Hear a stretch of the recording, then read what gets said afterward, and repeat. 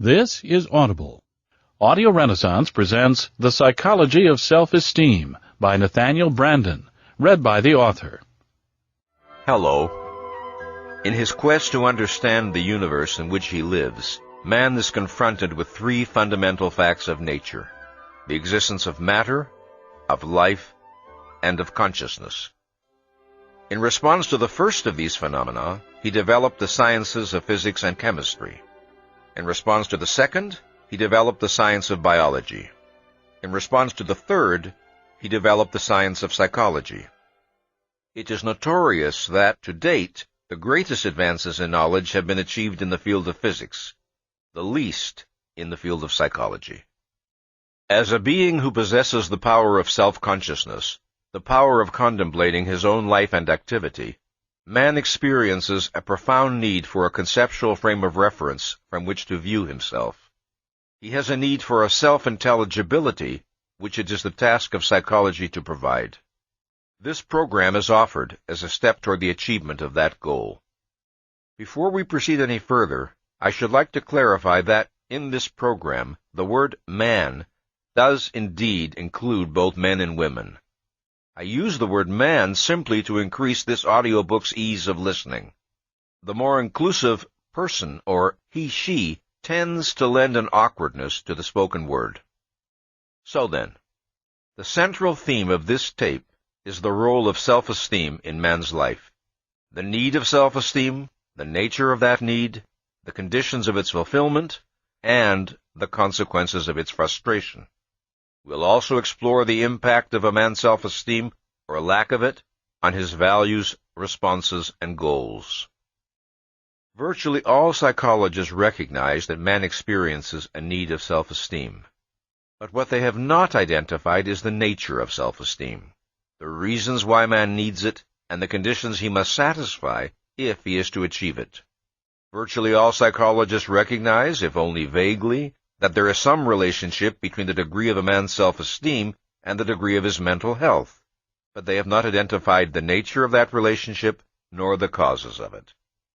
Virtually all psychologists recognize, if only dimly, that there is some relationship between the nature and degree of a man's self-esteem and his motivation, that is, his behavior in the spheres of work, love, and human relationships, but they have not explained why nor identified the principles involved.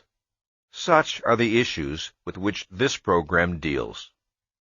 Writing in the early years of the 20th century, the German psychologist Hermann Ebbinghaus made an observation that has become famous. Quote, "Psychology has a long past, but only a short history." Unquote. His statement was intended to acknowledge the fact that, throughout recorded history, men have been intensely concerned with issues and problems of a psychological nature, but that psychology as a distinct scientific discipline emerged only in the second half of the 19th century. Up to that time, the domain of psychology had not been isolated as such and studied systematically. It existed only as a part of philosophy, medicine, and theology. What is the science of psychology? How is it to be defined? What is its specific domain?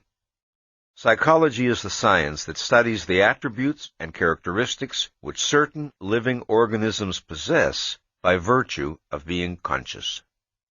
Consciousness is used here in its widest and most general sense to indicate the faculty and state of awareness, of any form of awareness.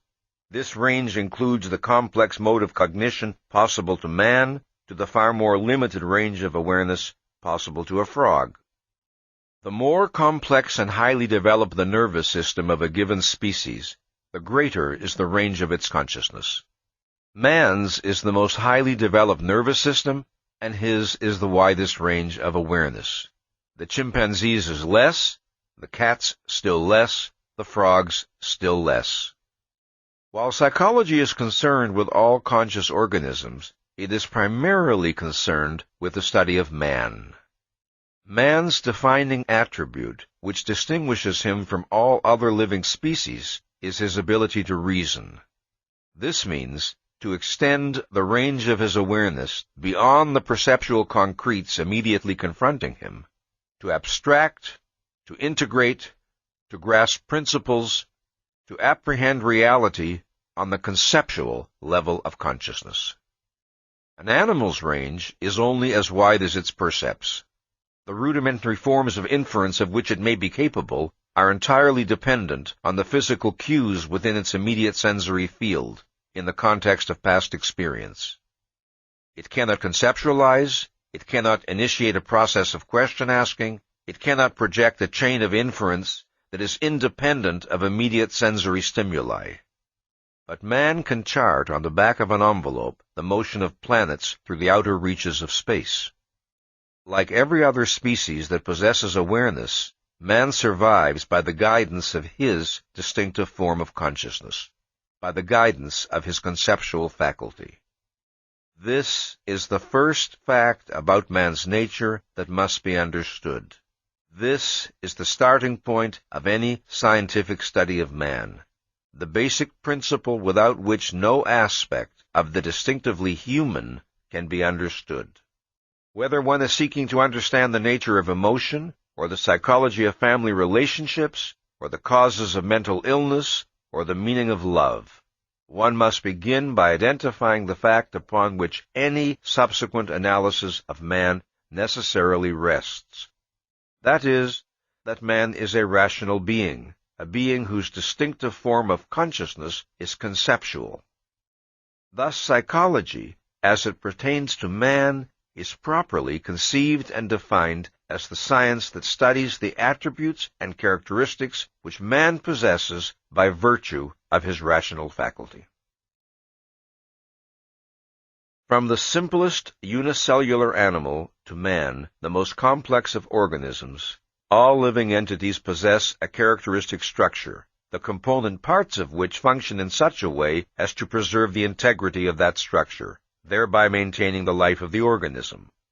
When an organism ceases to perform the actions necessary to maintain its structural integrity, it dies. For all living entities, action is a necessity of survival. Life is motion, a process of self-sustaining action that an organism must carry on constantly in order to remain in existence. Biologically, inactivity is death. The action that an organism must perform is both internal, as in the process of metabolism, and external, as in the process of seeking food.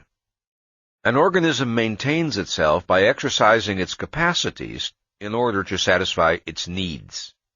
An organism's needs are those things which the organism by its nature requires for its life and well-being. An organism's capacities are its inherent potentialities for action. When a physical or psychological need fails to be fulfilled, the result is danger to the organism. However, needs differ in the degree of their urgency and in the form of the threat which they potentially pose. This is most easily seen in the case of physical needs, but the principle applies to all needs. Man has a need of oxygen and of food, but whereas he can survive for days without food, he can survive for only minutes without oxygen. Man can survive much longer without vitamin C than without water, but both are needs. In some cases, the frustration of a need results in immediate death. In other cases, the process can take years. And need frustration does not have to result in the organism's destruction directly. Instead, it can undermine the organism's overall capacity to live and thus make the organism vulnerable to destruction from many different sources. This principle is important to remember in considering the frustration of psychological needs. A desire or a wish is not the equivalent of a need. The fact that a great many men may desire a thing does not prove that it represents a need inherent in human nature. Needs must be objectively demonstrable. While the task of isolating and identifying man's physical needs is far from completed, biology has made enormous advances in this direction. With regard to the task of isolating and identifying man's mental needs, psychology is in a state of chaos. This chaos serves, however, to emphasize the fact that the nature of men's needs has to be discovered. Needs are not self-evident. Alleged needs must be proven by relating them to the requirements of man's survival. That man possesses psychological needs is indisputable. The widespread phenomenon of mental illness is evidence both of the existence of needs which are being thwarted and of the failure of psychology to understand the nature of these needs.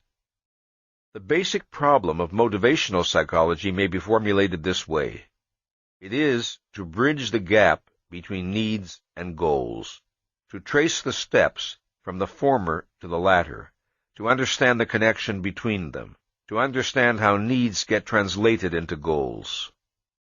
It should be obvious that the solution of this problem requires a consideration of man's distinctive capacities.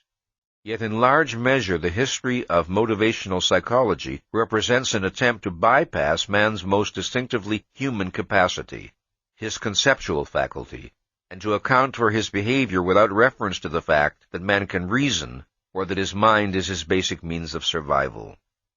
The projection of man as a conscious automaton activated by instincts is one version of this attempt.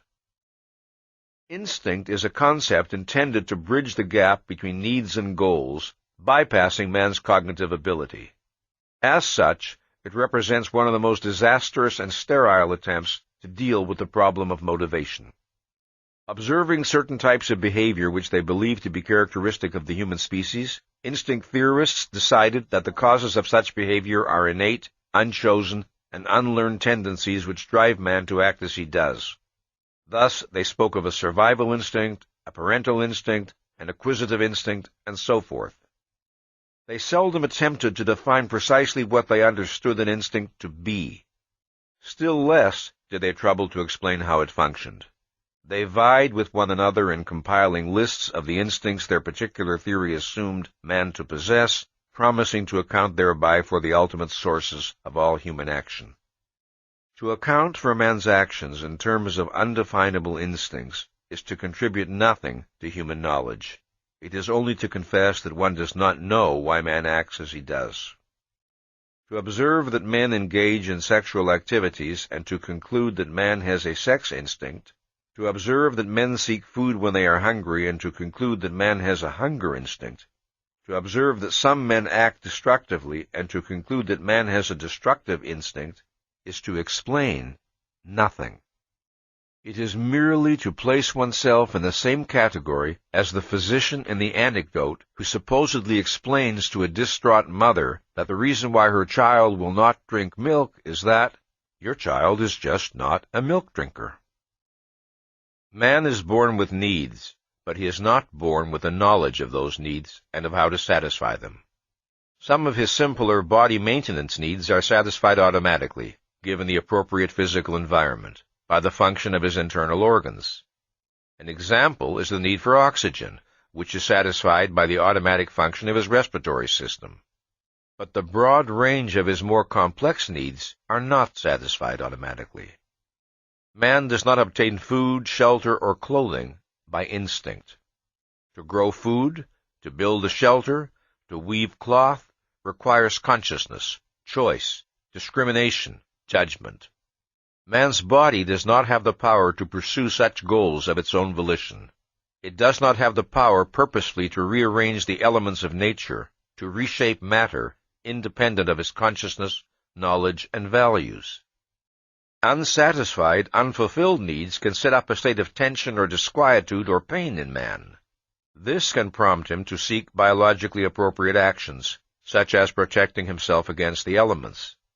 But the necessity of learning what is the appropriate action cannot be bypassed. Man's body only provides him with signals of pain or pleasure, but it does not tell him their causes. It does not tell him how to alleviate one or achieve the other. That must be learned by his mind. Man must discover the actions his life requires. It was not an instinct that enabled man to make fire, to build bridges, to perform surgery, to design a telescope. It was his ability to think. And if a man chooses not to think, if he chooses to risk his life in senseless dangers, to close his eyes rather than open his mind at the sight of any problem, if he chooses to seek escape from the responsibility of reason in alcohol or drugs, or to act in willfully stubborn defiance of his own objective self-interest, he has no instinct that will force his mind to function. He has no instinct that will compel him to value his life sufficiently to do the thinking and perform the actions which his life requires. To define man as a rational animal is not to imply that he is an animal who invariably functions rationally. Obviously, he is not. Rather, it is to identify the fact that his fundamental distinguishing characteristic, the attribute that essentially differentiates him from other animals, is his ability to reason, to apprehend reality on the conceptual level of consciousness. One of the most important consequences of man's possession of a conceptual faculty is his power of self-awareness. No other animal is capable of monitoring and reflecting on its own mental operations, of critically evaluating its own mental activity. No other animal is capable of deciding that a given process of mental activity is irrational or illogical, and of altering its subsequent mental operations accordingly. But the same conceptual faculty that confers on man a unique stature compels him to confront unique challenges. No other animal is explicitly aware of the issue of life or death that confronts all organisms. No other animal is aware of its own mortality, or has the power to extend its longevity through the acquisition of knowledge. No other animal has the ability and the responsibility to weigh its actions in terms of the long-range consequences for its own life. No other animal has the ability and the responsibility to continually work at extending its knowledge, thereby raising the level of its existence. No other animal faces such questions as, who am I? How should I seek to live? By what principles should I be guided in my actions? What goals ought I to pursue? What is to be the meaning of my life? The necessity of confronting such issues is essential to the human condition, to everything that is distinctive about man's life. All of man's unique achievements and all of his potential problems are consequences of his possession of the conceptual form of awareness. The relation of man's reason to his survival is the first of two basic principles of man's nature which are indispensable to an understanding of his psychology and behavior. The second is that the exercise of his rational faculty, unlike an animal's use of his senses, is not automatic. The decision to think is not biologically programmed in man. To think is an act of choice. This principle was first formulated by novelist-philosopher Ayn Rand this way, quote, "The key to human nature is the fact that man is a being of volitional consciousness. Reason does not work automatically. Thinking is not a mechanical process. The connections of logic are not made by instinct. The function of your stomach, lungs, or heart is automatic. The function of your mind is not. In any hour and issue of your life, you are free to think or to evade that effort. But you are not free to escape from your nature, from the fact that reason is your means of survival. So that for you, who are a human being, the question to be or not to be is the question to think or not to think." Unquote. In the brain of a normal human being, sensations are automatically integrated into perceptions. That is, they are wired into the nervous system. This is not true of the conceptual level of consciousness. Conceptual awareness is necessary to man's proper survival, but it is not implanted by nature. Man has to select that purpose. He has to direct his mental effort and integrate his mental activity to the goal of conceptual awareness by choice. To engage in an active process of thinking, to abstract, conceptualize, relate, infer, to reason, man must focus his mind. He must set it to the task of active integration. The choice to focus in any given situation is made by choosing to make awareness one's goal, awareness of that which is relevant in the given context. The goal of awareness is set by giving oneself, in effect, the order, grasp this. That this goal is not wired into man's brain by nature scarcely needs to be argued. One does not need to design special laboratory experiments in order to demonstrate that thinking is not an automatic process, that man's mind does not automatically pump conceptual knowledge when and as his life requires it, as his heart pumps blood.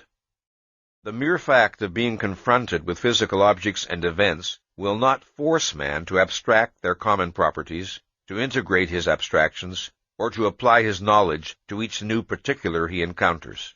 Man's capacity to default on the responsibility of thinking is too easily observable. He must choose to focus his mind. He must choose to aim at understanding. A man is in focus when and to the extent that his mind is set to the goal of awareness, clarity, intelligibility with regard to the object of his concern. To sustain that focus with regard to a specific issue or problem is to think. To let one's mind drift in willless passivity, directed only by random impressions, emotions, or associations, or to consider an issue without genuinely seeking to understand it, or to engage in an action without a concern to know what one is doing, this is to be out of focus.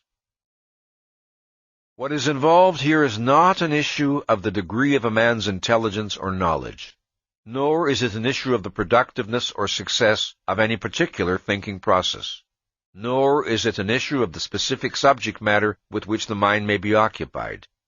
Rather, it is an issue of the basic regulating principle that directs the mind's activity. Is the mind controlled by the goal of awareness, or by something else, by wishes, fears, or the pull of lethargic passivity? There are different levels of awareness possible to man's mind, determined by the degree of his focus. The choice to focus or to think does not consist of moving from a state of literal unconsciousness to a state of consciousness. This clearly would be impossible. When one is asleep, one cannot suddenly choose to start thinking. So, to focus is to move from a lower level of awareness to a higher level, to move from relative mental passivity to purposeful mental activity. In the state of passive awareness, a man can apprehend the need to be in full mental focus. His choice is to evade that knowledge or to exert the effort of raising the level of his awareness. The decision to focus and to think, once made, does not continue to direct a man's mind unceasingly thereafter, with no further effort required. Just as the state of full consciousness must be initiated volitionally, so it must be maintained volitionally. This point can hardly be overemphasized. The choice to think must be reaffirmed in the face of every new issue and problem. The decision to be in focus yesterday will not compel a man to be in focus today. The decision to be in focus about one question will not compel a man to be in focus about another. In any specific thinking process, man must continue to monitor and regulate his own mental activity.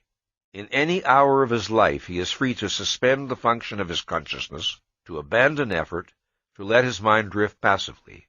He is free to maintain only a partial focus, grasping that which comes easily to his understanding, and declining to struggle for that which does not. Man is free not only to evade the effort of purposeful awareness in general, but to evade specific lines of thought that he finds disconcerting or painful.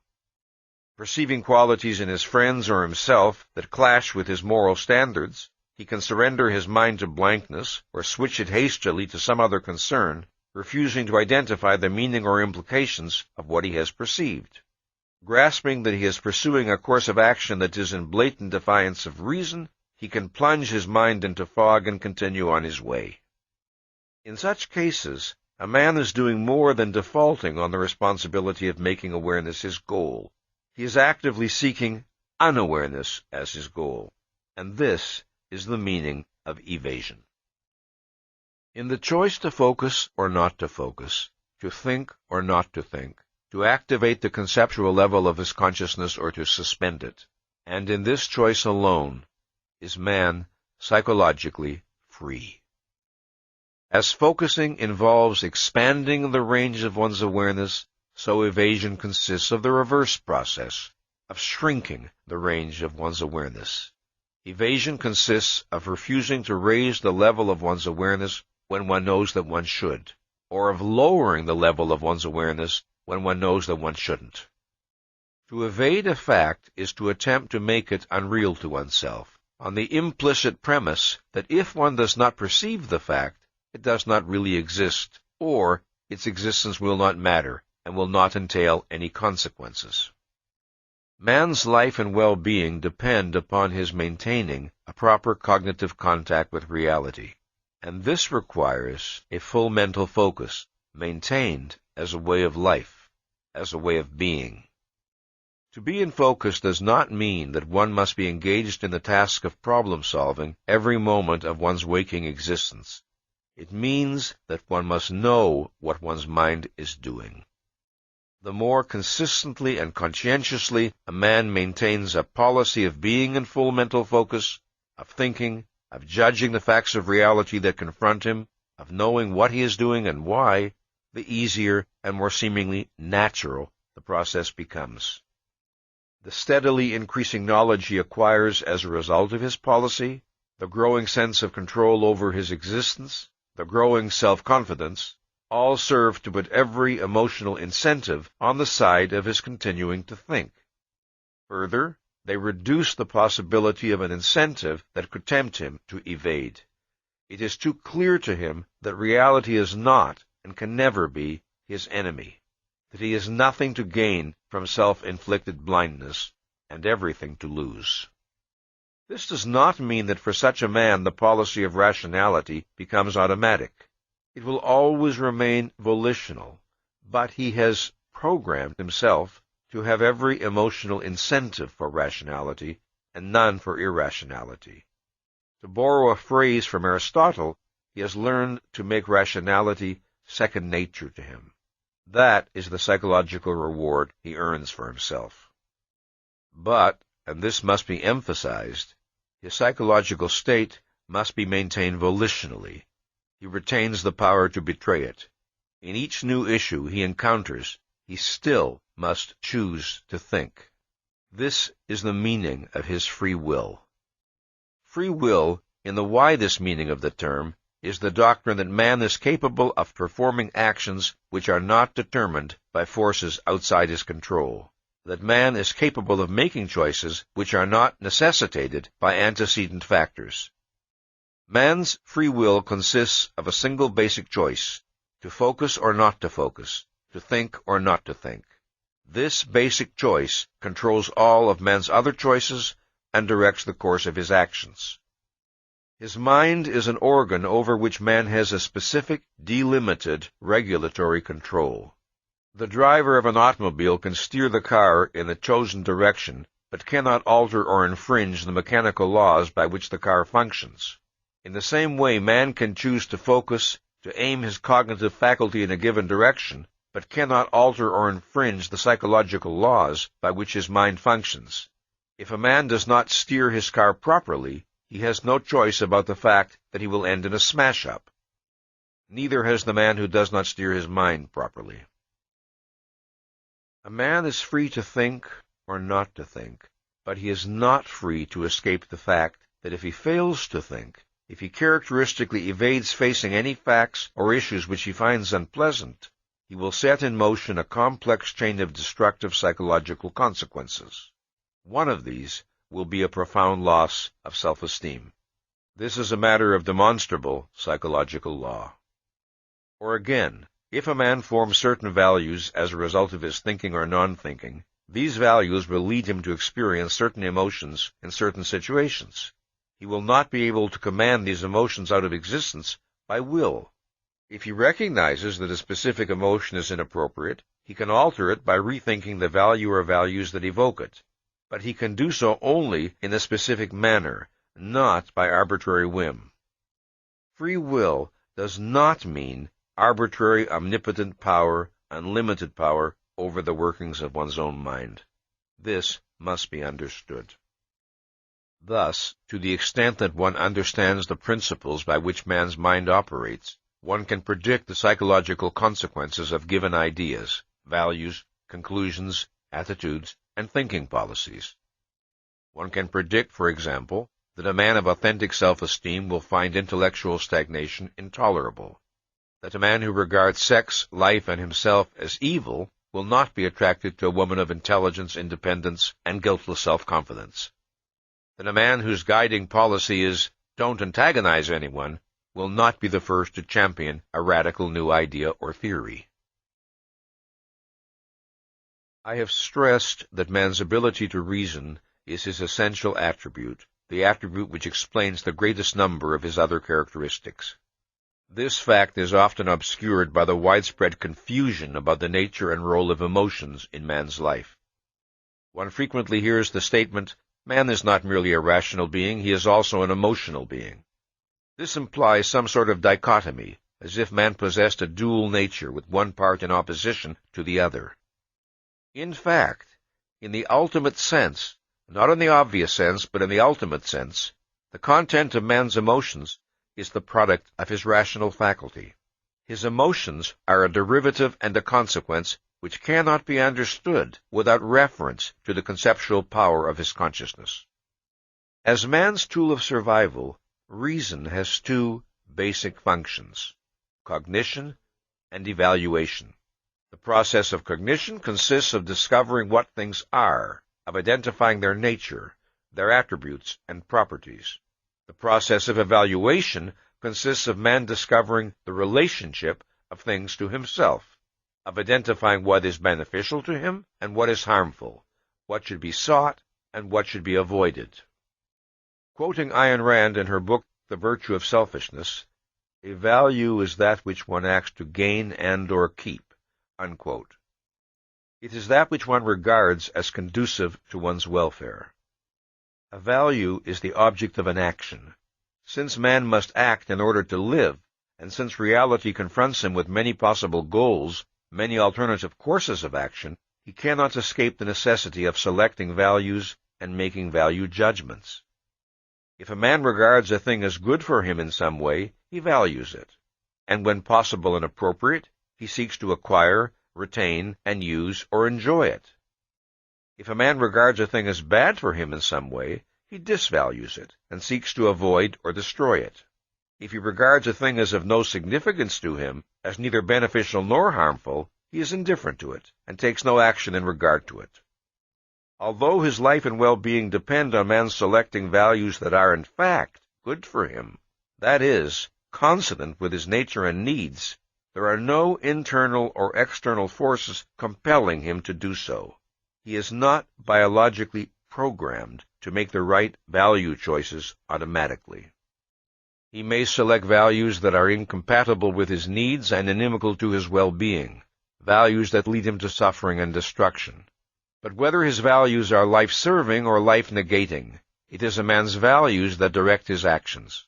Values constitute man's basic motivational tie to reality. A man's values are the product of the thinking he has done or has failed to do. Values can be a manifestation of rationality and mental health, or of irrationality and neurosis. They can grow out of self-confidence and benevolence, or out of self-doubt and fear. They can be motivated by the desire to achieve happiness, or by the desire to minimize pain. They can be born out of the desire to use one's mind, or the desire to escape it. They can be held consciously and explicitly, or subconsciously and implicitly. They can be consistent, or they can be contradictory. They can further a man's life, or they can endanger it. These are the alternatives possible to a being of volitional consciousness. Differences in men's basic values reflect differences in their basic premises, in their fundamental views of themselves, of other men, of existence. Differences in their views of what is possible to them and what they can expect of life. A man's view of himself plays a crucial role in his value choices. For example, a man regards a falling bomb as bad for him because he is aware of his own mortality. If he were physically indestructible, he would appraise the bomb's significance differently. One's conscious or subconscious view of one's own person, whether one appraises oneself correctly or not, is implicit in one's value judgments.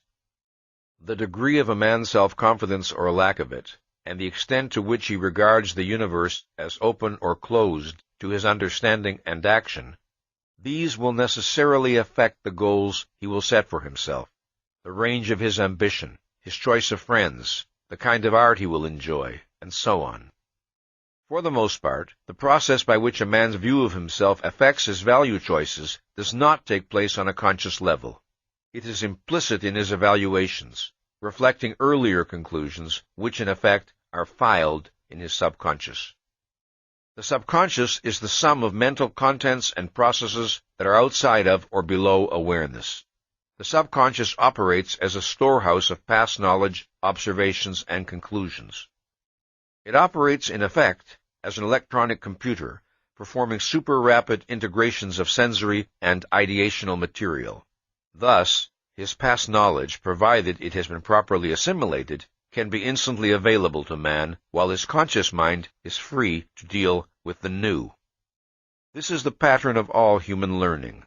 Once, a man needed his full mental attention to learn to walk. Then the knowledge became automatized, and he was free to pursue new skills. Once, a man needed his full mental attention to learn to speak.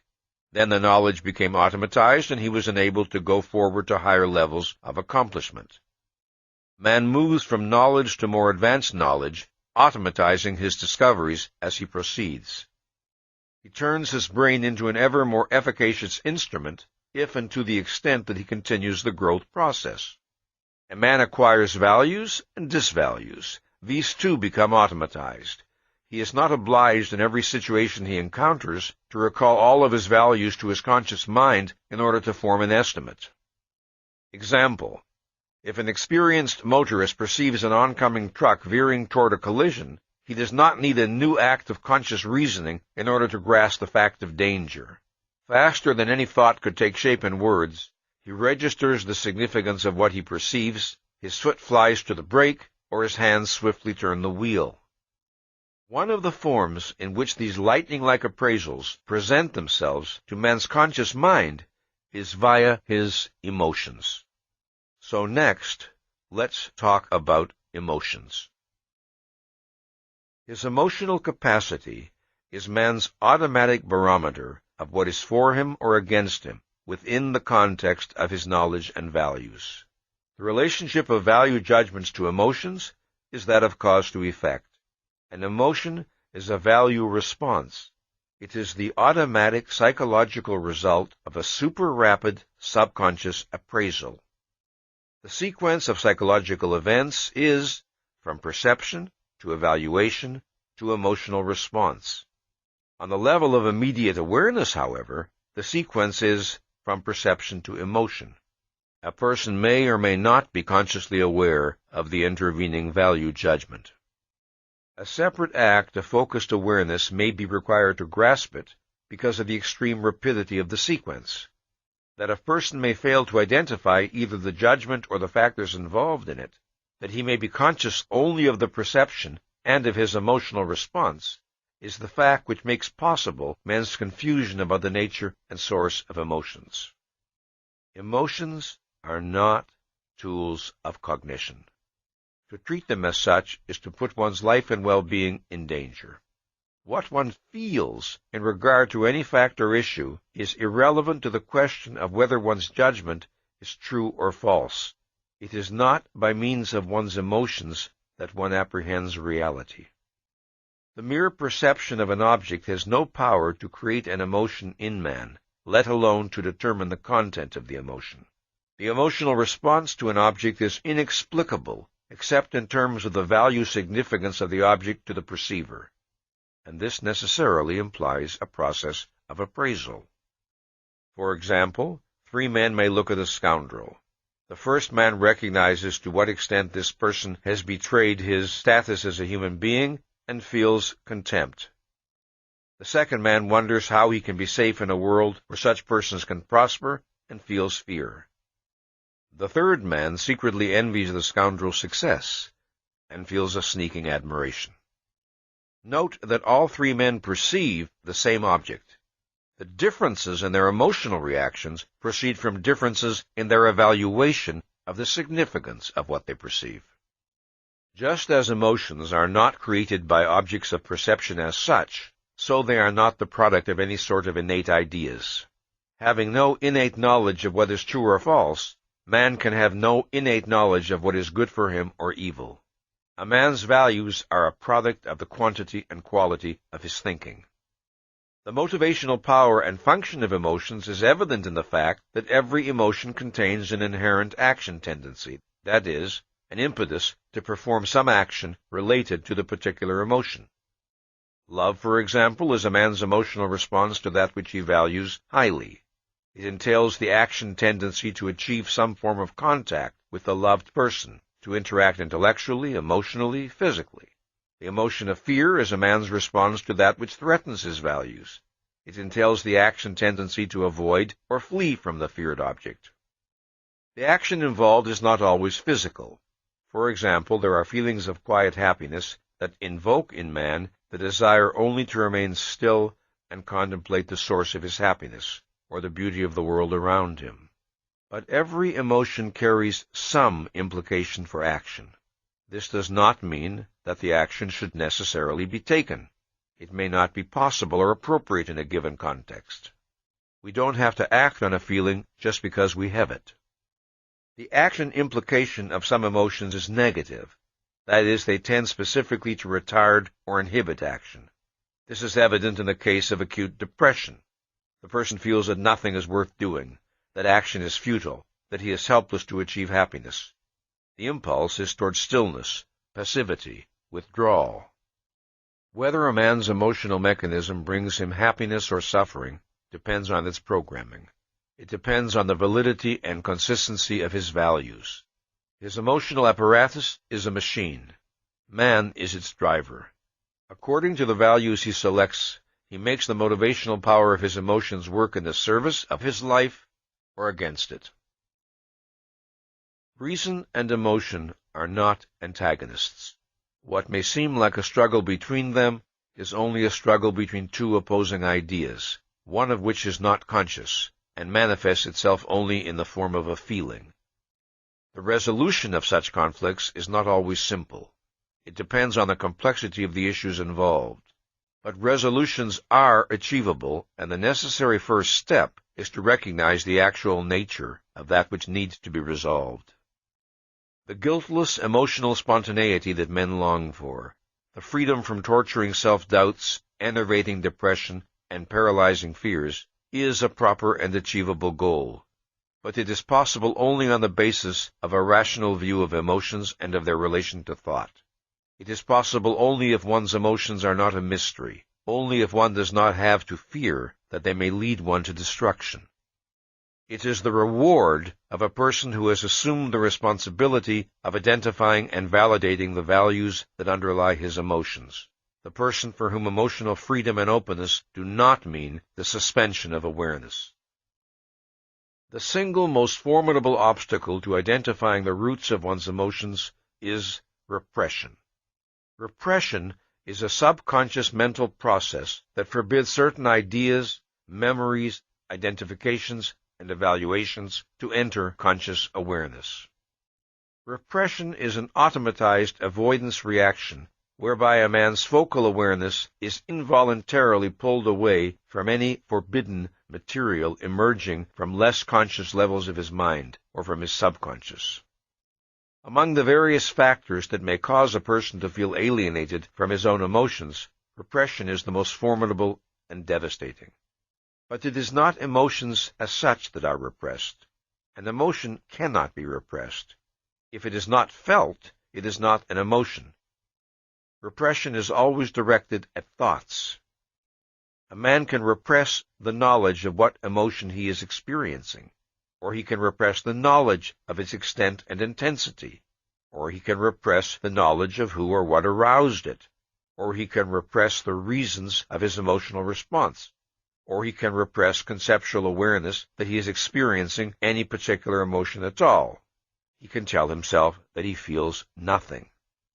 Repression differs from evasion in that evasion is instigated consciously and volitionally. Repression is subconscious and involuntary. In repression, certain thoughts are blocked and inhibited from reaching conscious awareness. They are not ejected from focal awareness, they are prevented from entering it.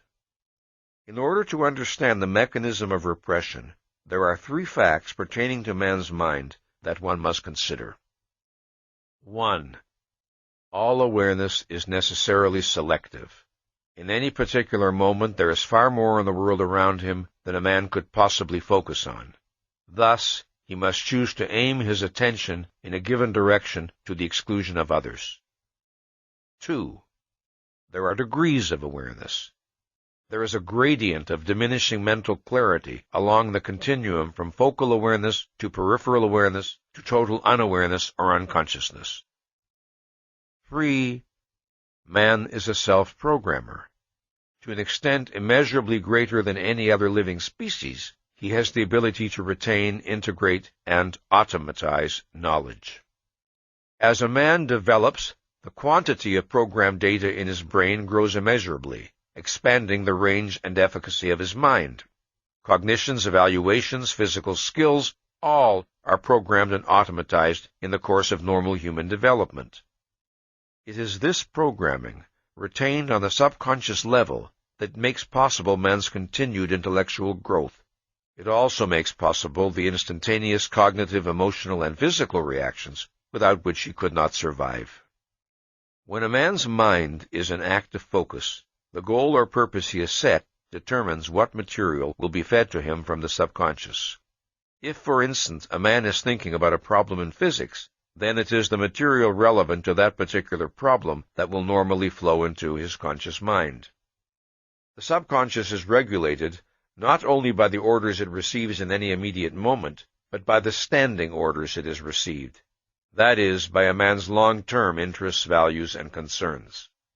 These affect how material is retained and classified, under which conditions it is reactivated, and what kind of subconscious connections are formed in response to new stimuli or data. Repression entails an automatized standing order forbidding integration. The simplest type of repression is the blocking from conscious awareness of painful or frightening memories. In this case, some event that was painful or frightening when it occurred and would be painful or frightening if recalled is inhibited from entering conscious awareness. Memory, like awareness, is necessarily selective. One normally remembers that to which one attaches importance. But in cases of repression, memories do not simply fade away. They are actively blocked. Consider the following example.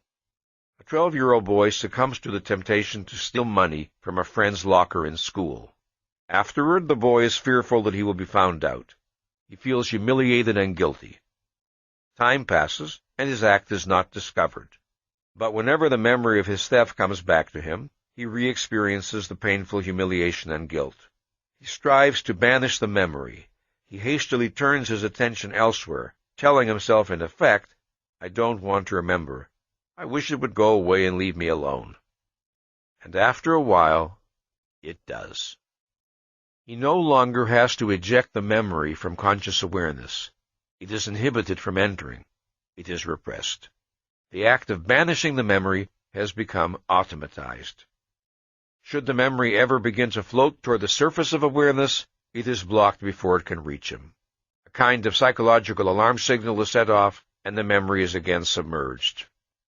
20 years later, he may encounter the friend from whom he stole the money and greet him cheerfully. He remembers nothing of his crime. Or he may feel vaguely uncomfortable in his friend's presence, but with no idea of the reason. Thoughts and evaluations, like memories, may be barred from awareness because of the pain they would invoke. Consider the case of a neurotically dependent woman who is married to a cruel, tyrannical man. She dares not let any criticism of him enter her awareness because she has surrendered her life to him. The thought that her owner and master is irrational and malevolent would be terrifying to her. She observes his behavior, her mind kept carefully empty, her judgment suspended. She has automatized a standing order forbidding evaluation. Somewhere within her is the knowledge of how she would judge her husband's behavior if it were exhibited by any other man. But this knowledge is not allowed to be integrated with the behavior she is observing in her husband. She has programmed herself, in effect, to be blind. If a man is to avoid repression, he must be prepared to face any thought and any emotion, and consider them rationally, secure in a conviction that he will not act without knowing what he is doing or why. Ignorance is not bliss, not in any area of man's life, and certainly not with regard to the contents of his own mind. Repressed material does not cease to exist.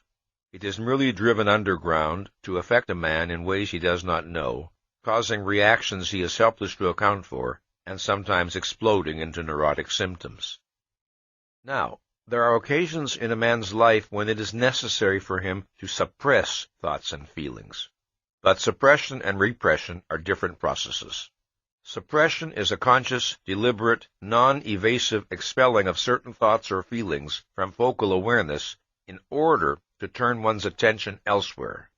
Suppression does not involve a denial of any facts or a pretense that they do not exist.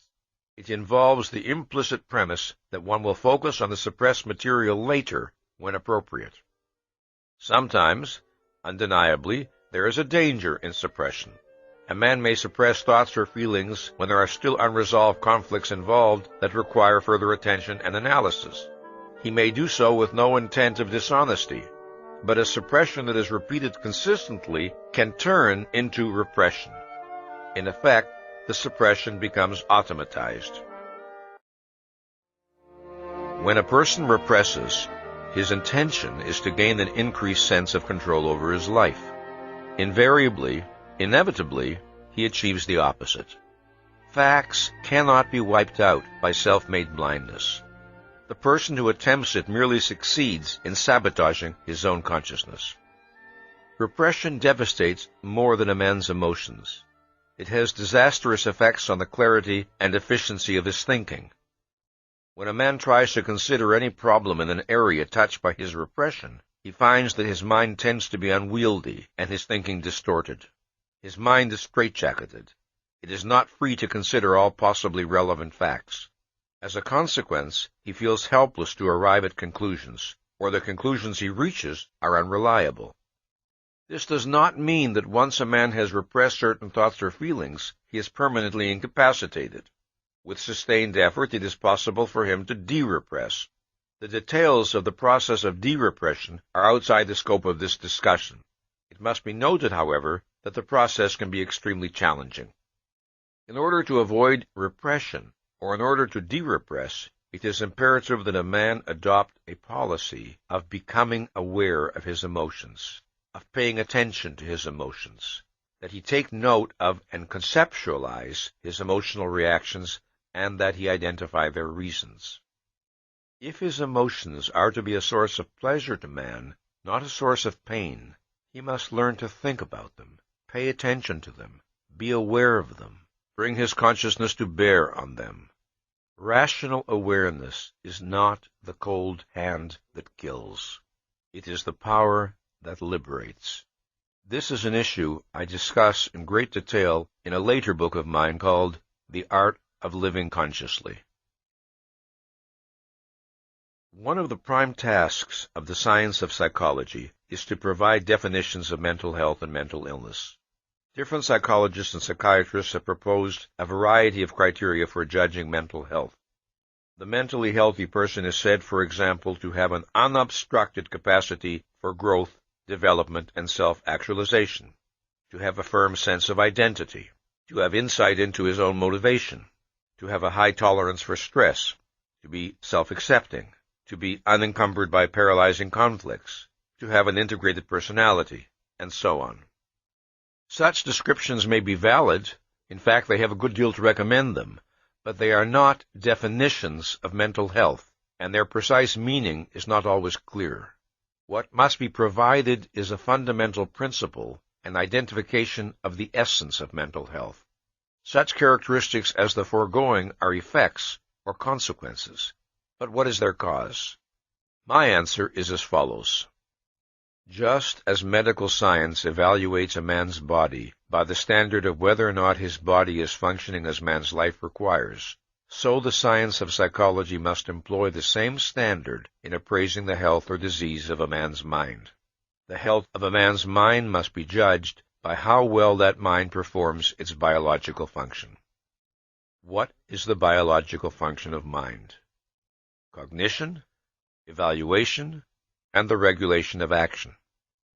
The basic function of man's consciousness is cognition, that is, awareness and knowledge of the facts of reality. Since man must act, his survival requires that he apprehend reality so that he may regulate his behavior accordingly. The crucial link between cognition and the regulation of action is evaluation. Evaluation is the process of identifying the beneficial or harmful relationship of some aspect of reality to oneself. Evaluations underlie and generate desires, emotions, and goals. Now, if a man's values and goals are in conflict with the facts of reality and with his own needs as a living organism, then he unwittingly moves toward self-destruction. Thus, man's survival requires that his values and goals be chosen in the full context of his rational knowledge and understanding. Man is not infallible, and mental health does not require never making an error of knowledge or judgment. The concept of mental health pertains to the method by which a mind functions. It pertains to the principle by which a mind operates in dealing with the material of reality. It pertains to a man's psychoepistemology. The concept of psychoepistemology is crucially important, not only to the problem of mental health, but to the entire subject matter of this program. Let us therefore consider the meaning of this concept. The term psychoepistemology was first used in print in 1961 by Ayn Rand to designate a man's, quote, method of awareness, unquote. However, the concept of psychoepistemology, as used here, was originated neither by Ayn Rand nor by myself, but by Barbara Branden, who, in the mid-1950s, first brought this field of study to our attention and persuaded us of its importance. As a field of scientific study, psychoepistemology should be classified as a branch of psychology. It may be described as the psychology of thinking, or of cognition. Epistemology, of course, is a branch of philosophy. It is the science that studies the nature and means of human knowledge. Its basic concern is with the relationship of ideas to reality, not with mental processes as such. The study of mental processes as such is the province of psychology, most particularly of what I now call psychoepistemology. The concept of psychoepistemology is introduced in order to designate the study of mental operations on the conscious and subconscious levels of man's mind. The subject is an extremely broad one and involves many issues that are beyond the scope of this discussion. So, I shall confine myself to those essentials which have a direct bearing on the question of mental health. Mental processes may be conscious or subconscious and volitional or automatic. In any act of thinking, there is constant interaction between conscious volitional operations and subconscious automatic ones. Psychoepistemology is the study of the nature of and the relationship between the conscious, goal-setting, self-regulatory operations of the mind and the subconscious automatic operations. Man, we have seen, is a self-programmer whose conclusions, values, and standing orders direct the automatic integrative mechanism of his subconscious. As a person develops, he acquires a characteristic manner of cognitive functioning, a characteristic method of dealing with problems, thinking about issues, processing the data of reality. He may acquire the habit of seeking the highest possible level of mental clarity with regard to any issue he is considering, or he may come to accept as normal some level of unclarity or confusion. He may adopt the policy of always seeking to understand issues in terms of principles, or he may attempt to deal with problems in terms of the concretes of a given situation with no effort to relate his observations to wider abstractions. His thinking may be flexible, or it may be rigid. He may learn to differentiate clearly between his thinking and his emotions, or he may tend to treat his emotions as tools of cognition. The mental habits a person acquires and the standing orders he establishes constitute his characteristic psychoepistemology, his self-program method of mental functioning. A person's characteristic psychoepistemology may or may not be appropriate to the task of apprehending reality, or may be appropriate to a greater or lesser degree. A man is mentally healthy to the extent that his psychoepistemological processes are controlled by and fulfill the requirements of cognition, that is, of awareness of and contact with reality. A man is mentally unhealthy to the extent that his psychoepistemological processes are incompatible with the requirements of cognition and subvert his cognitive efficacy. Mental illness, then, is fundamentally psychoepistemological. A mental disorder is a thinking disorder. This is fairly obvious in cases where the patient's predominant symptoms are hallucinations, delusions, time-space disorientations, and so on. But it is equally true in cases where the patient's symptoms are less obviously cognitive in origin. This includes such things as pathological anxiety, depression, hypochondriasis, conversion reactions, or sadomasochism. Neurotic and psychotic manifestations, such as inappropriate emotional responses or aberrant behavior, are the symptoms and consequences of a mind's malfunctioning. But the root problem is always the mind's alienation from reality in some form to a greater or lesser extent. Consider, for example, a case of pathological depression. A secretary is asked by her employer to make certain that she finishes some office reports by the end of the day. She hears this request as a declaration of her incompetence and worthlessness, and she collapses in acute depression. It is misleading to say that she suffers from an emotional disorder. She suffers from a psychoepistemological disorder. Her problem lies in the mental processes by which she interprets the things she perceives and hears. Her problem lies in the mental processes generating her emotions. Once such disturbed emotions are generated, they tend to have a negative effect on the person's thinking, which then leads to further disturbed emotions and so on. This is one of the ways in which harmful psychoepistemological policies are self-reinforcing and self-perpetuating. But disturbed emotions do not create the initial problem. The initial problem creates the disturbed emotions. The same principle applies to behavior. If a man is dishonest, parasitical, and exploitative in his human relations, it is not his behavior that constitutes his mental illness, but the psychoepistemological policies behind his behavior. It should be noted that mental illness is not indicated by a man's momentary loss of cognitive contact with reality, such as might occur under the impact of a violent emotion. Mental illness implies the presence of enduring obstructions to a mind's cognitive efficacy. Mental illness implies the presence of automatized or partially automatized obstructions to conceptual integration, which in simpler language means to clear awareness. Mental health is unobstructed cognitive efficacy. Unobstructed cognitive efficacy requires and entails intellectual independence. A doctrine that is subversive of intellectual independence is subversive of mental health.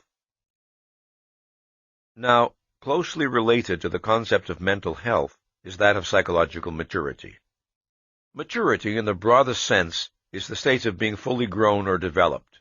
A living organism is mature when its normal process of development is completed and it functions on the adult level appropriate to its species. Psychological maturity, then, is a concept pertaining to the successful development of man's consciousness. At first, a child knows only perceptual concretes. He does not know abstractions or principles. His world is only the immediate now. He cannot think, plan, or act long range. As the child grows, his intellectual field widens. He learns language, he begins to grasp abstractions, he generalizes, he makes increasingly subtle discriminations, he looks for principles. He rises from the sensory-perceptual level of consciousness to the conceptual level. The basic index of successfully achieved adulthood is the policy of conceptualizing. All other aspects of psychological maturity are derivatives and consequences of developing one's conceptual faculty. There is an aspect of psychological maturity that is profoundly important and that few adults fully achieve. It pertains to one's attitude toward the unknown, not toward knowledge which has not yet been discovered by anyone, but toward knowledge which is available, but which one does not possess.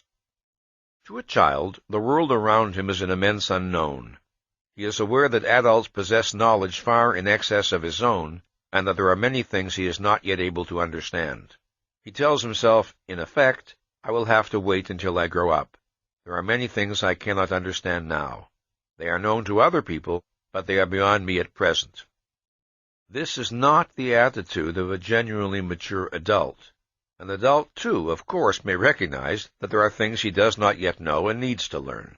But he does not entertain such a category as that which is known to others, but unknowable to him, meaning unknowable in principle.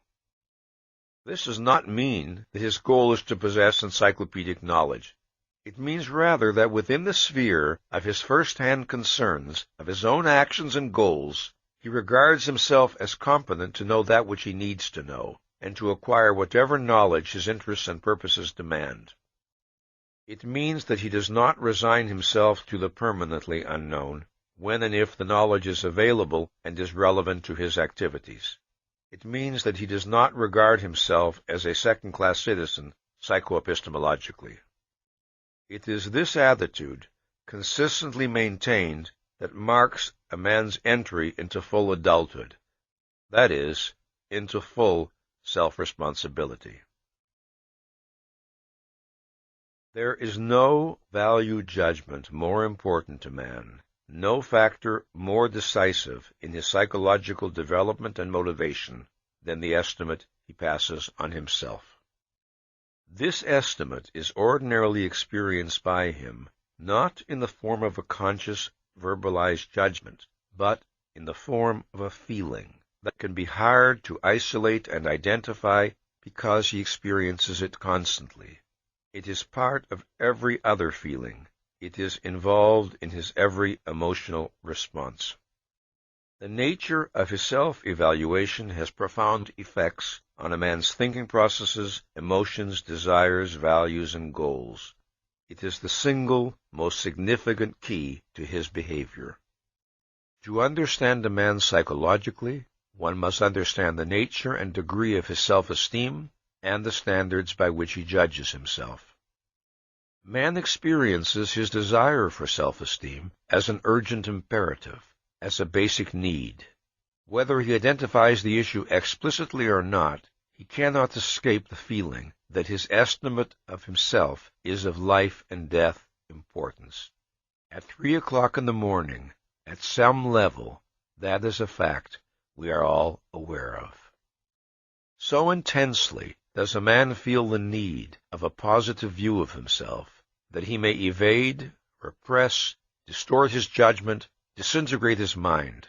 This in order to avoid coming face to face with facts that would affect his self-appraisal adversely. A man who has chosen or accepted irrational standards by which to judge himself can be driven all his life to pursue flagrantly self-destructive goals. This in order to assure himself that he possesses a self-esteem which in fact he does not have. If and to the extent that men lack self-esteem, they feel driven to fake it, to create the illusion of self-esteem. Thus they condemn themselves to chronic psychological fraud. Self-esteem has two interrelated aspects or components. It entails a sense of personal efficacy and a sense of personal worth.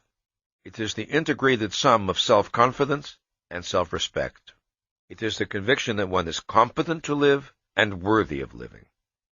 Man's need of self-esteem is inherent in his nature, but he is not born with the knowledge of what will satisfy that need or of the standard by which self-esteem is to be gauged. He must discover it. Here is where our earlier discussion of needs becomes relevant.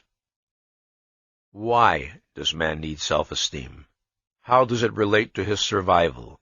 What are the conditions of its attainment? What is the cause of its profound motivational power? These are the questions we must consider. There are two facts about man's nature which hold the key to the answer. The first is the fact that reason is man's basic means of survival. The second is the fact that the exercise of his rational faculty is volitional. Most men do not identify the role and importance of reason in their lives. But from the time that the child acquires the capacity of conceptual functioning, he becomes increasingly aware, implicitly and subverbally, of his responsibility for regulating his mind's activity. He acquires the ability to discriminate between the state of mental focus and the state of mental fog, and to choose one state or the other. Now, let us consider the relevance of these facts to man's need of self-esteem. Since man must choose his goals and actions, his life and happiness require that he be right in the conclusions he draws and the choices he makes. But he cannot demand or expect omniscience or infallibility. What he needs is the conviction that his method of choosing and of making decisions, his characteristic manner of using his consciousness, is right in principle, appropriate to reality. Man is the only living species able to reject, sabotage, and betray his own means of survival, his mind. He is the only living species who must make himself competent to live by the proper exercise of his rational faculty. How a man chooses to deal with this issue is, psychologically, the most significant fact about him, because it lies at the very core of his being as a biological entity. To the extent that a man is committed to cognition, to the extent that the primary goal regulating the functioning of his consciousness is awareness, the mental operations activated by his choice lead in the direction of cognitive efficacy. To the extent that he fails or refuses to make awareness the regulating goal of his consciousness, to the extent that he evades the effort of thought and the responsibility of reason, the result is cognitive inefficacy. To think or not to think, to focus his mind or to suspend it, is man's basic act of choice, the one act directly within his volitional power. To the extent that man characteristically makes the right choices, he experiences a sense of control over his existence, the control of a mind in proper relationship to reality. Self-confidence is confidence in one's mind, in its reliability as a tool of cognition. Such confidence is not the conviction that one can never make an error. This point must be emphasized. Rather, it is the conviction that one is competent to think, to judge, to know, that one is competent in principle. It is the conviction that one is committed to being in unbreached contact with reality to the fullest extent of one's power. It is the confidence of knowing that one places no value or consideration higher than reality. This basic type of confidence must be distinguished from other, more superficial types of self-confidence, which reflect a person's sense of efficacy at particular tasks or in particular areas. This basic self-confidence is not a judgment passed on one's knowledge or special skills. It is a judgment passed on that which acquires knowledge and skills. It is psychoepistemological self-confidence. It is a judgment passed on one's characteristic manner of facing and dealing with the facts of reality. Man needs such self-confidence because to doubt the efficacy of his tool of survival is to be stopped, paralyzed, condemned to anxiety and helplessness, and to some extent, rendered unfit to live. Very early in his development, as a child becomes aware of his power to choose his actions, as he acquires the sense of being a person, he experiences the need to feel that he is right as a person, right in his characteristic manner of acting. He needs to feel that he is good. He is not aware of the question in relation to the issue of life or death. He is aware of it only in relation to the alternative of joy or suffering. To be right as a person is to be fit for happiness. To be wrong is to be threatened by pain. As I have stressed, no other living species faces such questions as, what kind of entity should I seek to become? By what moral principles should I guide my life? But there is no way for a man to escape these questions. Man cannot exempt himself from the realm of values and value judgments. Whether the values by which he judges himself are conscious or subconscious, rational or irrational, consistent or contradictory, life-serving or life-negating. Every human being judges himself by some standard, and to the extent that he fails to satisfy that standard, his sense of personal worth, his self-respect, suffers accordingly. Man needs self-respect because he has to act to achieve values, and in order to act, he needs to value the beneficiary of his action. In order to seek values, man must consider himself worthy of enjoying them. In order to fight for his happiness, he must consider himself worthy of happiness. The two aspects of self-esteem, self-confidence, and self-respect, can be isolated conceptually, but they are inseparable in a man's psychology.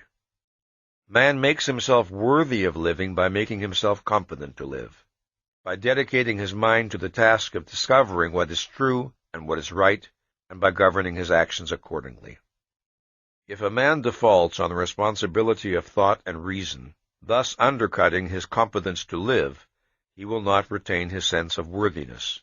If he betrays his moral convictions, thus undercutting his sense of worthiness, he will not retain his sense of competence.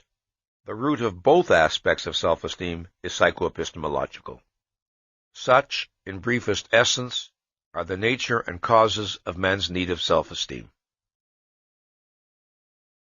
If man is to achieve and maintain self-esteem, the first and fundamental requirement is that he preserve an indomitable will to understand. The desire for comprehension of that which falls within the range of his awareness is the guardian of man's mental health and the motor of his intellectual growth. The potential range of a man's awareness depends on the extent of his intelligence, but the principle of the will to understand remains the same on all levels of intelligence. It requires the identification and integration to the best of a man's knowledge and ability of that which comes into his mental field. Unfortunately, this attitude is usually relinquished or breached very early in a person's life.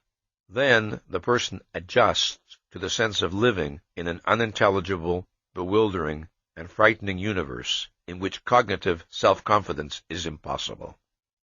Sometimes the cause is a volitional default on the part of the child, an attitude of irresponsible passivity and dependence. Sometimes the cause is the child's desire to indulge in wishes or actions he knows to be irrational, which requires that a policy of evasion be instituted, which requires that the will to understand be suspended. However, often the causes are much more complex. Take, for instance, the case of a child who comes up against human irrationality with which he does not know how to cope. A child may find the world around him, the world of his parents and other adults, incomprehensible and threatening. Many of the actions, emotions, ideas, expectations, and demands of the adults appear senseless, contradictory, oppressive, and bewilderingly inimical to him. After a number of unsuccessful attempts to understand their policies and behavior, the child gives up, and, here is the tragedy, takes the blame for his feeling of helplessness. He may react with anger, or hostility, or anxiety, or depression, or withdrawal, but, consciously or subconsciously, he takes his failure to understand as a reflection on himself. He concludes that there is something wrong with him, that he is intellectually or morally deficient in some nameless way. Gradually, he gives up the expectation that he will ever be able to make sense of the world around him. He resigns himself to living with the permanently unknowable. A child is vulnerable because he is not yet able to recognize clearly and unequivocally that his elders are irrational. He cannot grasp their motives. He knows they know more than he does, but he senses that there's something terribly wrong with them, or with himself, or with something. What he feels is, I'll never understand people, I'll never be able to do what they expect of me, I don't know what's right or wrong, and I'm never going to know. So long as a child continues to struggle, so long as he does not give up the will to understand, he is psychologically safe, no matter what his anguish or bewilderment, because in that case he keeps his mind and his desire for efficacy intact. When he surrenders the expectation of achieving efficacy, he surrenders the possibility of achieving full self-esteem. Every child realizes that there are things he cannot expect to know until he grows older. That is not his problem. The problem lies in the things he feels he will never know, yet needs to know, if he is to function successfully. This makes him regard himself, in effect, as an outcast in that foreign land called reality. Man controls his mind's activity and growth by the goals he sets, in effect, by the assignments he gives to his consciousness. If he holds to the will to understand, he thereby activates a process of growth and development which continually raises his mind's power. If he abandons the will to understand, his mind reacts accordingly. It does not continue to rise to higher levels of cognitive efficiency. This, then, is the basic condition necessary for the achievement of self-esteem, the preservation of the will to understand in every aspect of one's life. Now let us consider another condition necessary for the achievement of self-esteem. In the course of a human being's development, he encounters a problem which, according to how he chooses to deal with it, has profound repercussions on his self-esteem. First encountered in childhood, it is a problem that every person faces on some occasions in his life. There are times when a man's mind and emotions are not perfectly synchronized. He experiences desires or fears that clash with his rational understanding, and he must choose to follow either his rational understanding or his emotions. One of the most important things a child must learn is that emotions are not adequate guides to action. The fact that he desires to perform some action is not proof that he should perform it.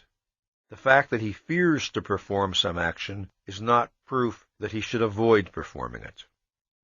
Emotions are not tools of cognition nor criteria of judgment. The ability to distinguish between knowledge and feelings is an essential element in the process of a mind's healthy maturation. It is vital for the achievement and preservation of self-esteem. Self-esteem requires and entails what I call cognitive self-assertiveness, which is expressed through the policy of thinking, judging, and governing action accordingly.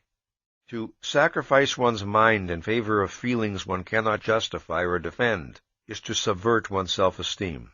If a man permits himself to be carried along passively by feelings he does not judge, he loses the sense of control over his existence that is essential to self-esteem. A child at first is not aware of such a dichotomy as valid desires versus invalid desires. He comes to learn from his experiences and from the teachings of his parents that some of the things he desires are good for him and others are not. Later he learns another subtler distinction. He is entitled to some of the things that he desires, but not to others. Thus he comes to learn that the validity of his desires must be judged. Consider the case of a child who is tempted to steal the toy of a friend. He hesitates because he knows that he has no right to the toy, and that he would be indignant if his friend were to steal one of his toys. But he wants this particular toy, so he evades his knowledge and commits the theft. Within a few months he forgets about the incident, but its consequences are not ended. Wordlessly registered in his mind is the principle that it is permissible at times to ignore knowledge and facts in order to indulge a desire. This is the legacy of his theft. This, plus a residue of vague, nameless guilt, the sense of some inner uncleanliness, the state of a mind learning to distrust itself. He is free subsequently to repudiate this principle consciously and expunge it from his psychology. But if he fails to do so, if instead he reinforces it by repeated acts of evasion and irrational emotional indulgence, he undermines his self-esteem still further. How badly his self-esteem is damaged will depend on the frequency of his evasions, the extent of the knowledge he evades, and the nature of the desires he indulges. Some offenses are clearly more serious than others. If a person develops healthily, mind and emotions tend to achieve harmony. He is not chronically torn by conflicts between his desires and his knowledge. But no matter how well integrated a person may be, The process of holding and integrating the full long-range context of his knowledge is not automatic or infallible. Thus, a man always has the responsibility of monitoring and appraising his desires. The majority of men as adults suffer from a significant deficit of self-esteem. The senseless tragedy of their lives is that most of them betrayed their mind not for the sake of gratifying some violent, if irrational passion, but for the sake of indulging meaningless or senseless whims that they can no longer remember. They betrayed their minds for the sake of being free to act on the impulse or spur of the moment without the responsibility of awareness or thought. They betrayed their minds more often than not over trivia. If it is psychologically disastrous to reject one's mind under the pressure of irrational desires, there is another practice which is perhaps more disastrous still, and that is rejecting one's mind under the pressure of fear. The sacrifice of one's mind to fear is a form of self-abnegation. Now, of course, the experience of fear per se is not abnormal or pathological. In many instances, fear has a definite value. It can activate man to cope with some danger. What is crucial for man's psychological well-being is his attitude toward fear, his method of dealing with it. For instance, it is very common for young children to have the experience of being frightened by a barking dog, but children can react to this experience in different ways. One child may be careful to avoid the dog as a practical precautionary measure. Later, he may learn that the dog is not harmful but playful and may make himself approach the dog and pat him until all fear is gone. Another child may avoid the dog after the first encounter, but continue to whimper and whine whenever he sees or hears the dog, even at a great distance. No amount of evidence that the dog is friendly alters his attitude. The difference in their reactions reflects the different attitudes they adopt toward their fear. The first child, even though afraid, remains in cognitive control. He does not permit the fear to overwhelm his consciousness. Consequently, he does not regard the fear and his avoidance of the dog as a reflection on himself or on his personal worth. He is able to grasp, when the evidence presents itself, that the dog is not in fact a danger to him, and his policy toward the dog changes accordingly. But the second child, overwhelmed by fear, his self-awareness is reduced to a sense of all-encompassing helplessness. Nothing is real to him, nothing matters, except that he is afraid. That is why his mind is not open to evidence that could change his policy toward the dog. In the life of a young child, a certain amount of fear is to be expected. Normally and healthily, with the growth of his knowledge and abilities, these fears are overcome and left behind, so that, with the transition to adulthood, fewer and fewer things have the power to invoke fear in him. The extent to which a child follows this course to full maturity depends on the policy he adopts for dealing with his fears. If, in such situations, a child struggles to preserve the clarity of his mind, he will find, as he grows older, that his susceptibility to fear diminishes radically. If, however, he characteristically surrenders to fear, then fear gains a greater and greater power over him, and each subsequent surrender feels more and more inevitable. His sense of personal efficacy is affected accordingly. The same principle applies on an adult level. For example, a man may remain silent and passively unprotesting when things which he values are being attacked, through fear of not belonging or not being accepted. Or a man may retreat from the challenges of life and bury himself in the safety of the familiar, through fear of failure or of making mistakes. Or a woman may repress her desire for a career through a fear of being considered unfeminine. In all, the result is a profound sense of humiliation, of self-abasement, of self-renunciation, which means a profound loss of self-esteem. Sometimes, of course, a fear experience can be so intense that the capacity for thought is momentarily wiped out. But such panic reactions pertain to short-term emergency situations and are, by their very nature, short-lived. In such cases, a person's attitude and policy toward fear is manifested through what he does when the panic dies down. Does he then proceed to think about the experience, to assimilate it, and to prepare himself for future similar situations? In other words, does he seek to reassert mastery and control over his life? Or does he merely shudder at the memory of the fear, struggle to evade the issue, and hope he will not encounter such problems again, resigning himself to a feeling of helplessness? The policy a man adopts in dealing with fear depends on whether he preserves what I call the will to efficacy. It depends on whether he preserves the value of self-confidence as a goal not to be relinquished, and consequently regards a state of fear as temporary and abnormal and as that which he must overcome. Or does he resign himself to a sense of impotence and accept fear as a basic, unalterable given of his existence, to be endured, not defeated? Just as the will to understand requires that man never resign himself to accepting the unknowable as an inherent part of his life, so the will to efficacy requires that he never resign himself to living with uncontested fear. It must be stressed that the concept of surrender to fear pertains to a psychoepistemological process. That process is the subversion of one's consciousness in order to avoid or minimize a fear experience. This practice is entirely different from the rational avoidance of real dangers. In fact, opposite principles are at work in these two cases. In the first case, one is fleeing from reality. In the second, one is taking proper cognizance of it. The policies by which a man determines the state of his self-esteem are formed gradually across time. They are not the product of the choices of a single moment or issue. The collapse of self-esteem is not reached in a day, a week, or a month. It is the cumulative result of a long succession of defaults, evasions, and irrationalities, a long succession of failures to use one's mind properly. Self-esteem, or the lack of it, is the reputation a man acquires with himself. In the process of his psychological growth and development, a human being creates his own character. He does not do so self-consciously or by explicit intention.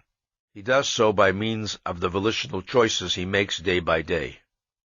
A child does not commit himself to the will to understand in explicit terms, but in issue after issue that falls within the range of his awareness, he strives to achieve the fullest clarity and intelligibility possible to him, and thus he acquires a mental habit, a policy of dealing with reality, which can be identified conceptually as the will to understand. It is a policy that he must reaffirm volitionally in each new issue he encounters for as long as he lives. It always remains a matter of choice. The choices a human being makes with regard to the operation of his consciousness do not vanish, leaving no trace behind them. These choices have long-term psychological consequences. The way a man chooses to deal with reality registers in his mind for good or for bad. Either it confirms and strengthens his self-esteem, or it undermines and depletes it. The concept of self-esteem must be distinguished from the concept of pride. The two are related, but there are significant differences in their meaning. Self-esteem pertains to a man's conviction of his fundamental efficacy and worth. Pride pertains to the pleasure a man takes in himself on the basis of and in response to specific achievements or actions. Self-esteem is confidence in one's capacity to achieve values. Pride is the consequence of having achieved some particular value or values. Self-esteem is, I can. Pride is, I have. The deepest pride a man can experience is that which results from his achievement of self-esteem. Since self-esteem is a value that has to be earned, the man who does so feels proud of his attainment.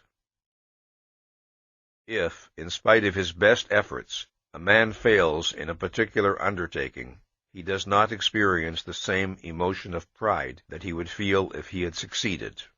But, if he is rational, his self-esteem is unaffected and unimpaired. His self-esteem is not, or should not be, dependent on particular successes or failures, since these are not necessarily in a man's direct or exclusive control. The failure to understand this principle causes an incalculable amount of unnecessary anguish and self-doubt. If a man judges himself by criteria that entail factors outside his control, the result is a precarious self-esteem that is in chronic jeopardy. For example, a man may find himself in a situation where it would be highly desirable for him to possess certain knowledge, but he does not possess it.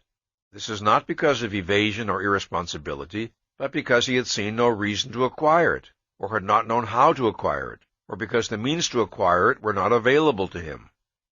Now in reason, such a man has no grounds to reproach himself for inadequacy, yet he does so, telling himself that somehow he should know the things he does not know, and his self-esteem suffers accordingly. One of the worst wrongs a man can do to himself is to accept an unearned guilt on the premise of a somehow. Somehow I should know. Somehow I should be able to do it. This, when there is no cognitive content to that somehow, only an empty, undefined charge supported by nothing. There is one reason in particular why many men are susceptible to this error. Although a man may be blameless in the present situation, previous irrationalities and failures to think may have led to a general sense of self-distrust, so that he never feels fully certain of his moral status. The solution to this problem lies in recognizing this form of uncertainty for what it is, identifying it as a symptom, and striving to be objective and factual in one's self-appraisal. The struggle to achieve a rational policy in dealing with guilt will in itself contribute to the regaining or strengthening of self-esteem.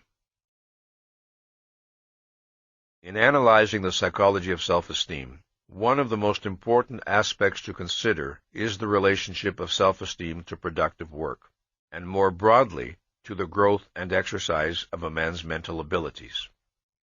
When I discussed earlier the concept of efficacy, I was speaking of what might be called metaphysical efficacy. This is the kind of efficacy which pertains to a man's basic relationship to reality and reflects the reality-oriented nature of his thinking processes. But there is another sense in which the concept of efficacy may be used. It may refer to a man's effectiveness in specific areas of endeavor, resulting from particular knowledge and skills he has acquired. I shall designate this latter type as particularized efficacy. The kinds of particularized efficacy men acquire, the specific skills they attain, vary according to their interests, values, context, and knowledge. By contrast, metaphysical efficacy is not confined to any particular form of activity. It is applicable to every form of rational endeavor. Self-esteem is not a value which, once achieved, is maintained effortlessly and automatically thereafter. As in the case of every value of a living organism, action is necessary not only to gain it, but also to keep it. Just as the breathing a man does today will not keep him alive tomorrow, so the thinking a man does today will not preserve his self-esteem tomorrow, if he then chooses to evade, to stagnate mentally, to arrest and subvert his rational faculty. Man maintains his metaphysical efficacy by continuing to expand his particularized efficacy throughout his life. That is, by continuing to expand his knowledge, understanding, and ability. Continual intellectual growth is a necessity of self-esteem, as it is a necessity of man's life. When man discovered how to make fire to keep himself warm, his need of thought and effort was not ended.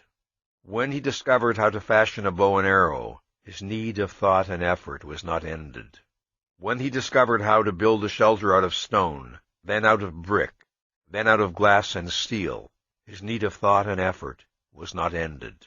When he moved his life expectancy from 19 to 30 to 40 to 60 to 70, his need of thought and effort was not ended. So long as he lives, his need of thought and effort is never ended.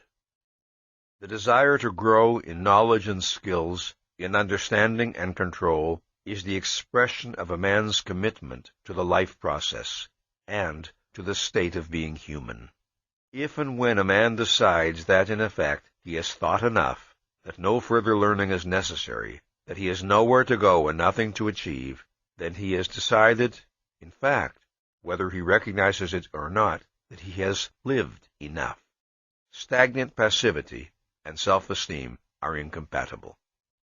The foregoing should not be taken to mean that for the psychologically healthy man, life consists exclusively of problem-solving, productive work, and the pursuit of long-range goals. No.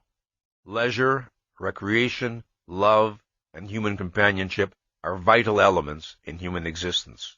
But productive work is the process through which a man achieves that sense of control over his life which is the precondition of his being able fully to enjoy the other values possible to him.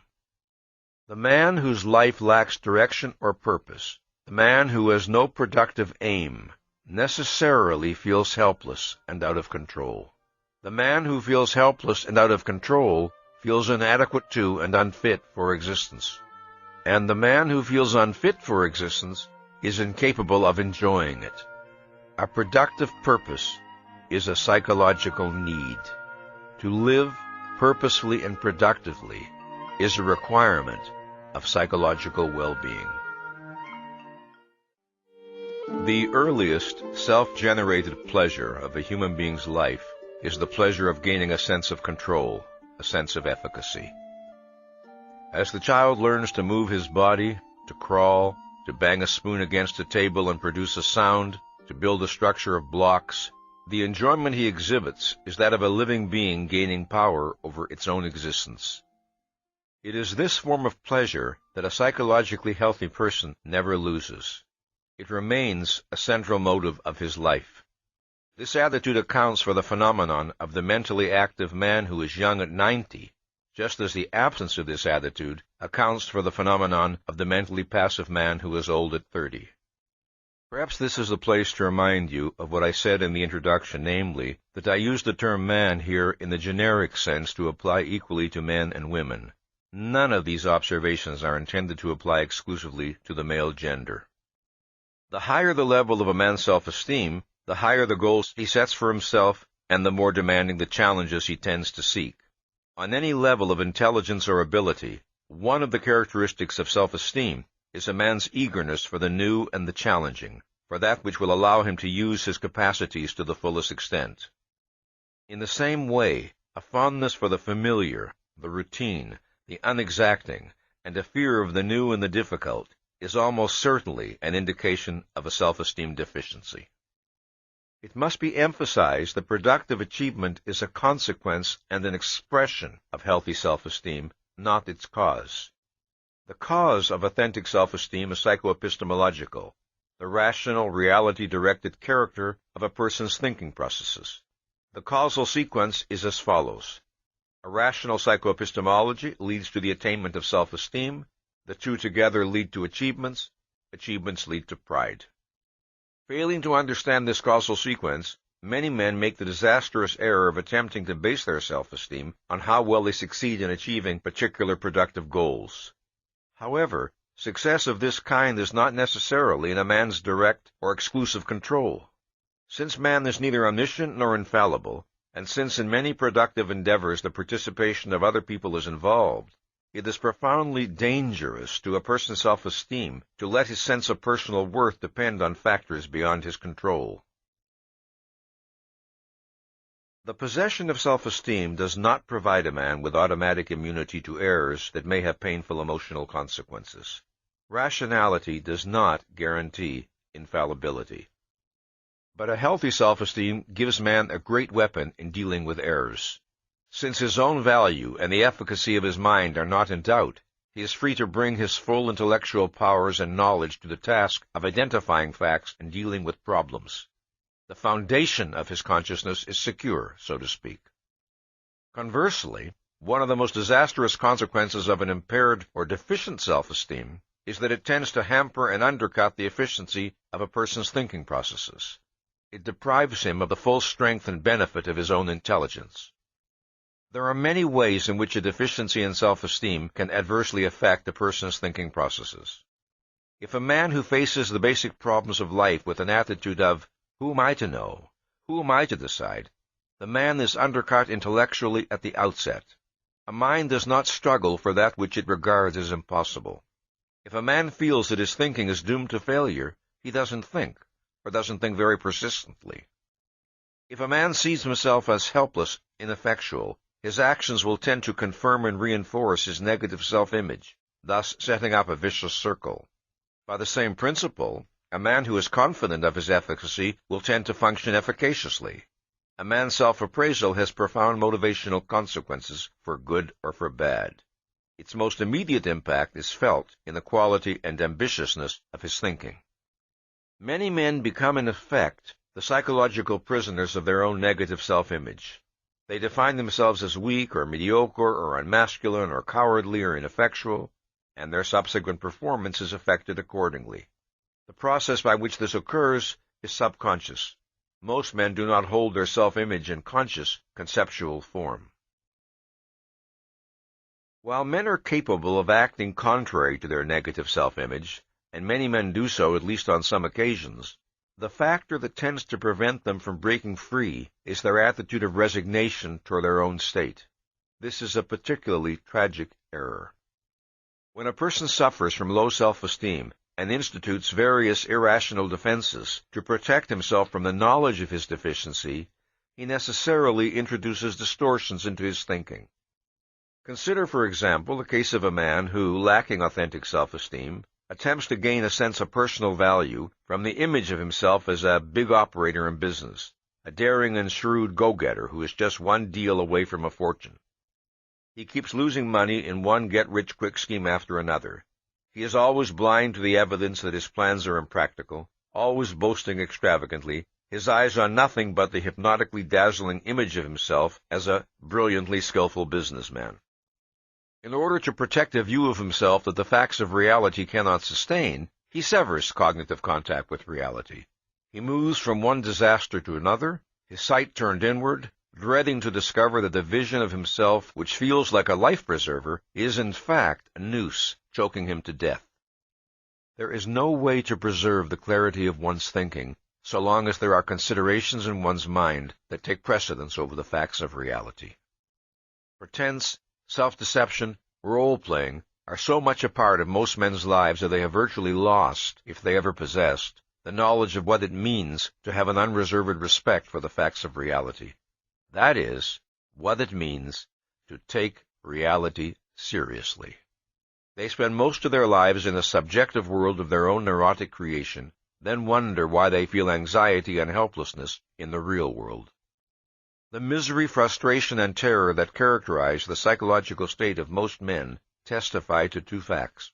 First, that self-esteem is a basic need without which man cannot live the life proper to him, and second, that self-esteem can be achieved only by the consistent exercise of the one faculty that permits man to apprehend reality, his reason. Since self-esteem is a fundamental need of man's consciousness, men who fail to achieve self-esteem strive to fake it. They try to evade its lack and to seek protection from their state of inner dread behind the barricade of a pseudo-self-esteem. Let me explain what pseudo-self-esteem means. It is a non-rational, self-protective device to diminish anxiety and to provide a spurious sense of security, a device to assuage a need of authentic self-esteem while allowing the real causes of its lack to be evaded. A person's pseudo-self-esteem is maintained by two means, essentially. First, by evading, repressing, rationalizing, and otherwise denying ideas and feelings that could affect his self-appraisal adversely.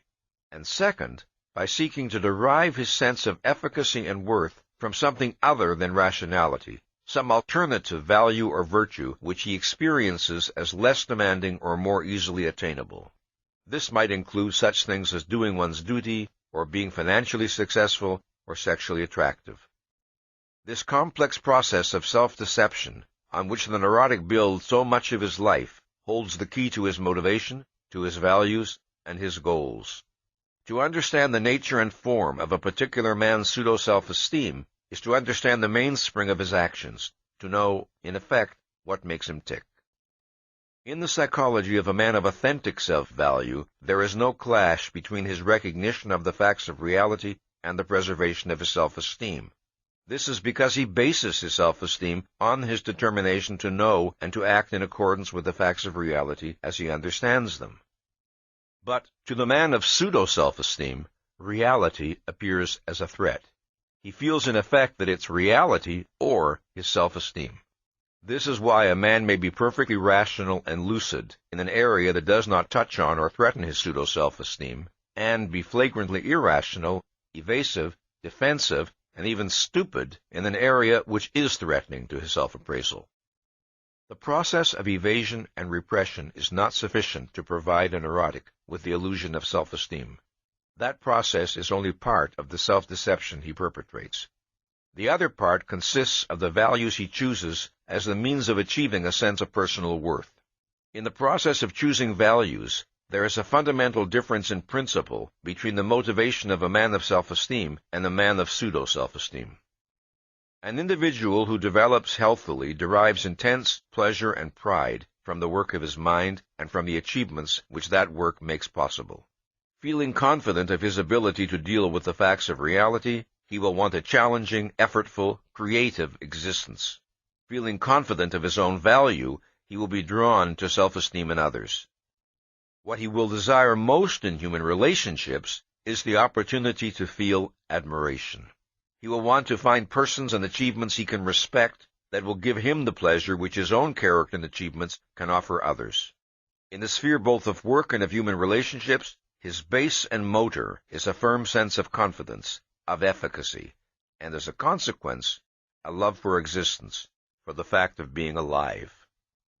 The base and motor of the man without self-esteem is not confidence, but fear. Not to live, but to escape his terror of life is his fundamental goal. Not creativeness, but safety is his ruling desire. And what he seeks from others is not the chance to experience admiration, but an escape from moral values, an escape from moral judgment, a promise to be forgiven, to be accepted, to be taken care of, to be comforted and protected in a terrifying universe. A man's self-esteem or pseudo-self-esteem determines his abstract values, not the specific goals he will seek. The latter proceed from a number of factors such as a person's intelligence, knowledge, premises, and personal context. For instance, a person of high self-esteem will desire intellectually challenging work, but whether he chooses to enter business or science or art depends on narrower, less fundamental considerations.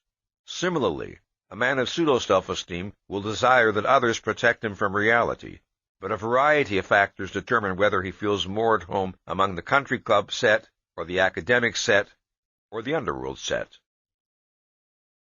The principle that distinguishes the basic motivation of a man of self-esteem from that of a man of pseudo-self-esteem is the principle of motivation by love versus motivation by fear. Love of self and of existence versus the fear that oneself is unfit for existence. Motivation by confidence versus motivation by terror. To the extent that a man lacks self-esteem, he lives negatively and defensively. When he chooses his particular values and goals, his primary motive is not to afford himself a positive enjoyment of existence, but to defend himself against anxiety, against painful feelings of inadequacy, self-doubt, and guilt. Values chosen in this manner may be termed defense values. A defense value is one motivated by fear and aimed at supporting a pseudo-self-esteem. It is experienced in effect as a means of survival, as a substitute for rationality. It is an anti-anxiety device. Such a value is unhealthy, not necessarily by virtue of its nature, but by virtue of the motivation for choosing it. The value itself may not be irrational. What is irrational is the reason for its selection. Productive work, for instance, is a rational value. But escaping into work as a means of evading one's shortcomings and conflicts is obviously not rational. A significant characteristic of defense values is the unreasoning compulsiveness with which they are usually held. Men of pseudo-self-esteem cling to these values with blind tenacity and fanatical devotion as they would cling to a life-preserver in a stormy sea. Man's greatest fear is not of dying, but of feeling unfit to live. And to escape the agony of that feeling, men will pay any price. They will defy logic, they will sacrifice their practical self-interest, Sometimes they will even forfeit their life. With rare exceptions, they will pay any price except the one that could save them. They will not acknowledge the fraudulence of their defenses and work to achieve an authentic self-esteem. They will not accept the responsibility of living as rational beings. No evasion, no defense values, no strategy of self-deception can ever provide a man with a substitute for authentic self-esteem. The sense of efficacy and virtue men long for cannot be purchased by any of the self-frauds men perpetrate. Man needs the conviction that he is right for reality, right in principle, and only a policy of rationality can achieve it. The tragedy of most men's lives comes from their attempts to escape this fact. Self-esteem is the key to man's motivation, by virtue either of its presence or of its absence. And perhaps the most eloquent testimony to the urgency of man's need for self-esteem is the terror that haunts the lives of those who fail to achieve it, the twisted paths along which that terror drives them, and the inevitable wreckage at the end. There is no object of fear more terrifying to man than fear itself, and no fear more terrifying than that for which he knows no object. Yet to live with such fear as a haunting constant of their existence is the fate of countless millions of men and women. It has been the fate of most of the human race. I do not speak of that fear which few men can escape, the fear of dictatorship, of war, of enslavement, of economic collapse, of arbitrary, unpredictable violence.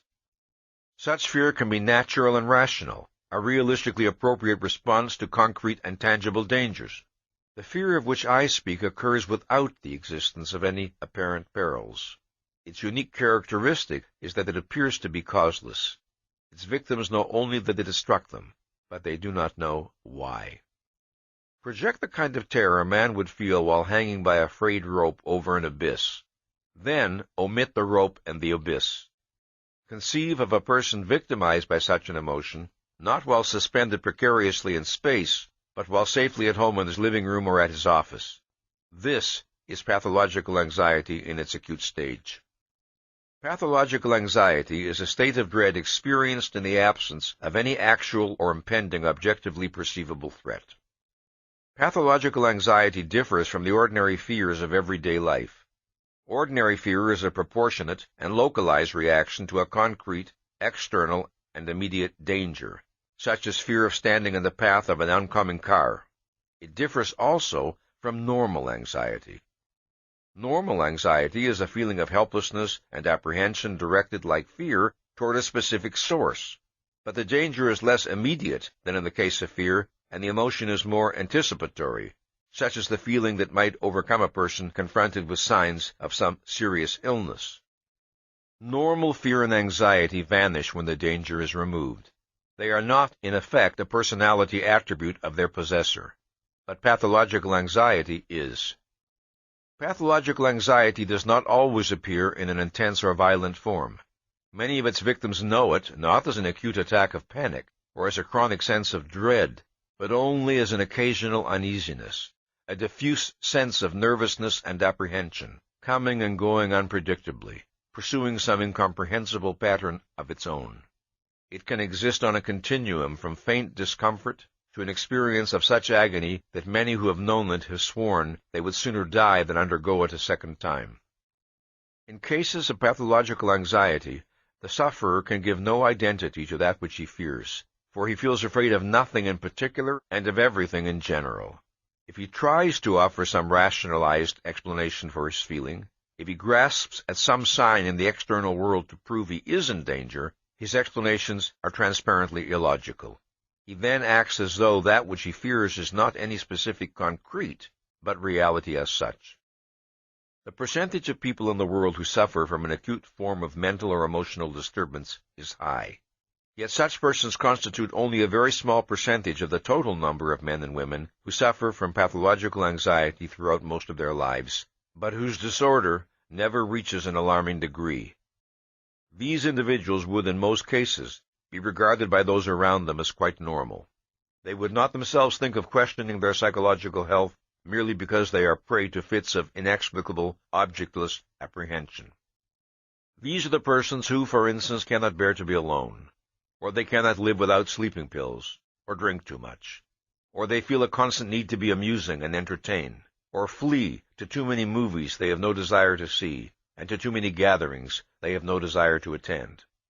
Or these persons are obsessively concerned with what others think of them, or they long to be emotional dependents or to be depended upon, or they succumb to periodic spells of unaccountable depression, or they run from one meaningless sexual affair to another, or they seek membership in a kind of collective movements that dissolve personal identity and obviate personal responsibility. A vast, anonymous assemblage of men and women who have accepted fear as a built-in, not to be wondered about fixture of their soul, dreading even to identify that what they feel is fear, or to inquire into the nature of that which they seek to escape. What is the nature and cause of pathological anxiety? To answer this question, one should begin by noting the metaphysical character of this anxiety. The fear seems to be directed at the universe at large, at existence as such, as though implying that to be is to be in mortal danger. The anxious person feels a profound sense of helplessness, of impotence. He feels a sense of shapeless but impending disaster, and often he feels a unique, nameless sense of guilt. And the guilt, too, has a metaphysical quality. He feels wrong as a person, wrong in some fundamental way that is wider than any particular fault or defect he can identify. When a person suffers from this metaphysical kind of dread, the cause does not lie in the external world. It lies within himself. It is not something that reality has done to him. It is something he has done to himself. He carries the threat and the danger within his own consciousness. Pathological anxiety is nature's alarm signal, warning a man that he is in an improper psychological condition, that his relationship to reality is wrong. It is his mind's cry of inefficacy and loss of control.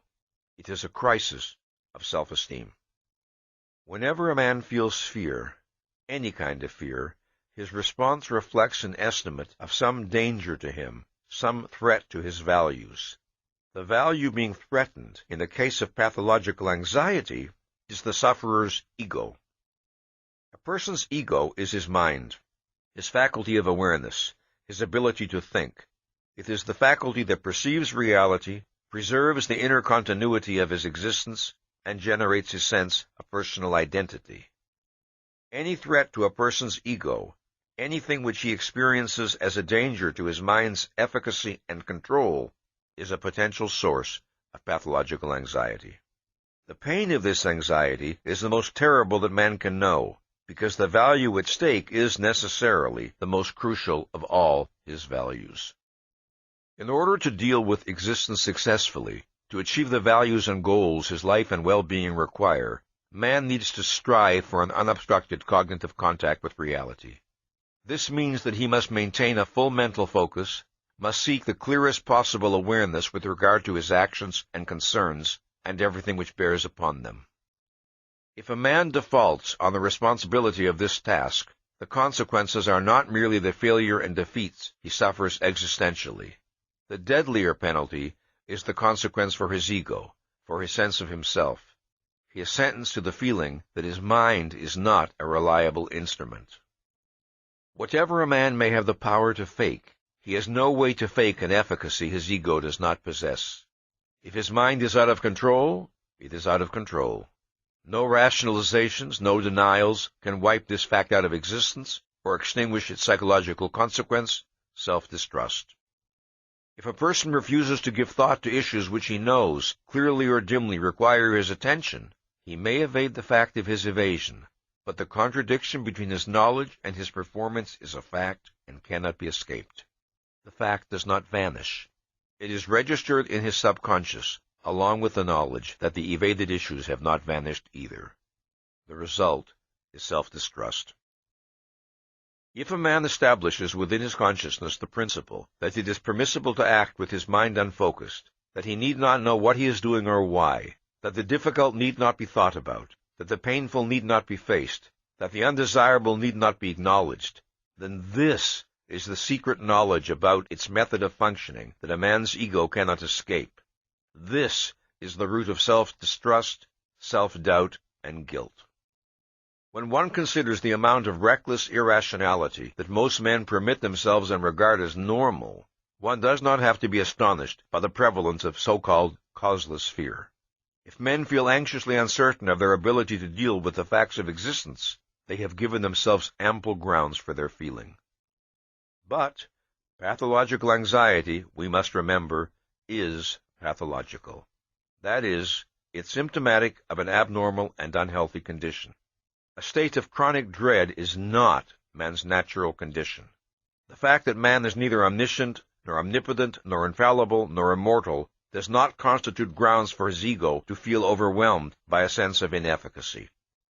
A rational person does not set his standard of efficacy in opposition to his own nature and to the nature of reality.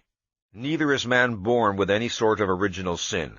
If a man feels guilty, it is not because he is guilty by nature. Sin is not original, it is originated.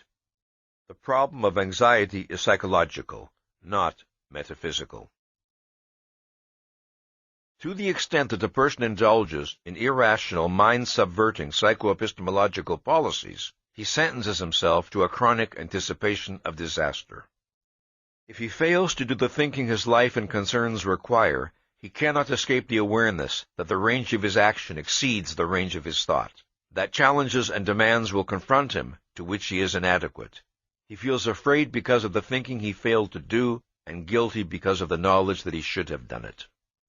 If he acts contrary to his convictions, if he takes actions which he regards as wrong, and/or fails to take actions which he regards as right, he comes to experience the feeling not merely that his actions are wrong, but that he is wrong. He is wrong as a person, since a person's deepest sense of himself has its base and origin in his method of psychoepistemological functioning, in the processes by which his mind deals with reality. There is another related reason why a man who acts against his own moral convictions will suffer a sense of impending disaster. Whether the moral values a man accepts are rational or irrational, man cannot escape the knowledge that, in order to deal with reality successfully, in order to live, he needs some sort of moral principles to guide him. Implicit in this knowledge is the awareness that ethical principles are a practical necessity of his life on earth. A corollary of this awareness is his expectation that moral and immoral actions have consequences, even if he cannot always predict them. If he takes actions which he regards as good, he expects to benefit. If he takes actions which he regards as bad, he expects to suffer, although this expectation is often evaded and repressed. Thus, what he is left with, if he betrays his own standards, is the sense of some unknown danger, some unknown retribution, waiting for him ahead. Let us consider an example. A man who has been married for 10 years falls in love with another woman. For a long time, he has resisted identifying his marital dissatisfaction, as well as his feeling for the other woman. But gradually, the repression breaks down, and he finds himself daydreaming about the other woman more and more. He does not think the issue out consciously, he merely lets himself and the problem drift, in the hope that somehow a solution will come to him. One night, accidental circumstances bring him and the other woman together, and he begins an affair with her. He did not intend to begin an affair. His emotions made the decision for him. He feels guilty, and represses the guilt, and continues to drift, evading the other woman's questions about their future. He is still waiting for the solution to come from somewhere. His wife decides to take a trip to visit her parents. As he stands at the airport watching her plane depart, the thought comes to him that if the plane crashed, he would be free and would have no further problems. But the wish is savagely thrust from his mind, along with a sudden burst of hostility toward his wife, which he would never have admitted himself capable of experiencing. Driving home, he suddenly finds that he has difficulty distinguishing the colors of the signal lights. Everything in his field of vision seems to be swimming, and terrible pains appear to be coming from his heart. He feels that he is going to die of a heart attack, but what he is suffering from is a self-esteem attack. The collision is between I must not wish for my wife's death and I did, and do, and will wish for my wife's death. The clash is between a value imperative, engaging his sense of personal worth, his self-esteem or pretense at it, and an emotion, a desire, which contradicts that imperative. Thus, he experiences a crisis of self-esteem. In every instance of pathological anxiety, there is a conflict between some value imperative that is tied in a crucial and profound way to the person's self-appraisal and some failure or inadequacy or action or emotion or desire that the person regards as a breach of that imperative. And it is a breach that the person believes expresses or reflects a basic and unalterable fact of his nature. One of the worst consequences of pathological anxiety is its destructive impact on the objectivity and clarity of a person's thinking. When a person doubts the efficacy of his mind, his tendency is to surrender to the guidance of his emotions, since they appear to possess a certainty and authority that his intellect lacks. His emotions are not a substitute for rational cognition at any time, but they are never a less reliable guide than in the midst of an anxiety state. Because the experience of anxiety is so intrinsically painful, neurotics adopt a vast variety of devices and techniques in order to defend themselves against it. Evasion, repression, and rationalization underlie most, if not all, of such defenses. The neurotic can blank out the reality of his objectionable actions. He can repress his unresolved conflicts. He can disown his guilt feelings. He can deny or rationalize his fear. He can seek to distract himself by the frenzied pursuit of various activities. He can avoid the challenge of the unfamiliar.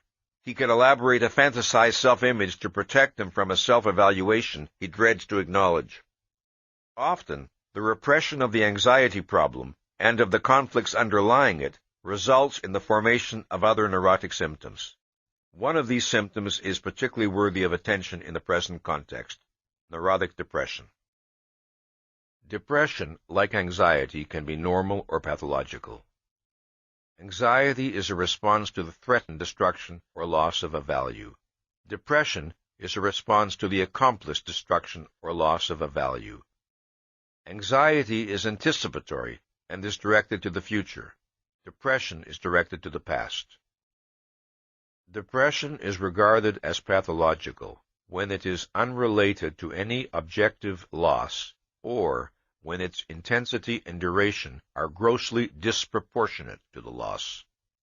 Neurotic depression is characterized by despair, passivity, a feeling that action and effort are futile, that nothing is worth doing, and by feelings of self-rejection and self-condemnation. Now, in what manner can depression relate to anxiety? A person is made anxious because of urgent demands, claims, or self-expectations which he feels unable to satisfy. For example, the imperative that he possess certain knowledge and be able to cope with certain responsibilities. He is caught in a conflict. Suppose that he attempts to minimize his anxiety by repressing both the conflict and the related guilt. In its place, on the conscious level of his awareness, he experiences a sense of passivity, futility, and general worthlessness. If one listens closely to his declarations that he is hopeless, that life is hopeless, that he is no good, one can discern another message to be read in his words, and that message is, "Expect nothing of me, demand nothing of me." Since he is incurably worthless, he is outside the realm of moral expectations. In this manner he resolves the conflict that threatens him with anxiety. In other words, he seeks to anticipate the worst and make it a fait accompli without coming to grips with his actual problem. Under the guise of renouncing his self-esteem, he is still secretly trying to protect it by neurotic means. This is one of the ways in which depression can be a subconsciously elected alternative to anxiety. Here is another, more indirect pattern. Suppose that a man, rightly or wrongly, accepts certain moral standards as essential criteria of his personal worth, and yet in some crucial respect feels unable to comply with them. Or suppose he desires something desperately which he regards as immoral, and therefore impossible to assert or pursue. The conflict, let us say, is repressed. Since it is repressed, it cannot be resolved. He can neither recheck his standards and discover whether he has made an error, nor can he form any rational policy in regard to the failure or action or desire that is in conflict with his self-expectations. He is left with the oppressive enervating sense of some nameless, unalterable burden which he assents to carry and live with to the end of his days. He has lost or minimized his anxiety. He may be comparatively free of conscious guilt, but what he experiences instead is despair, an exhausting despair that paralyzes the will to act.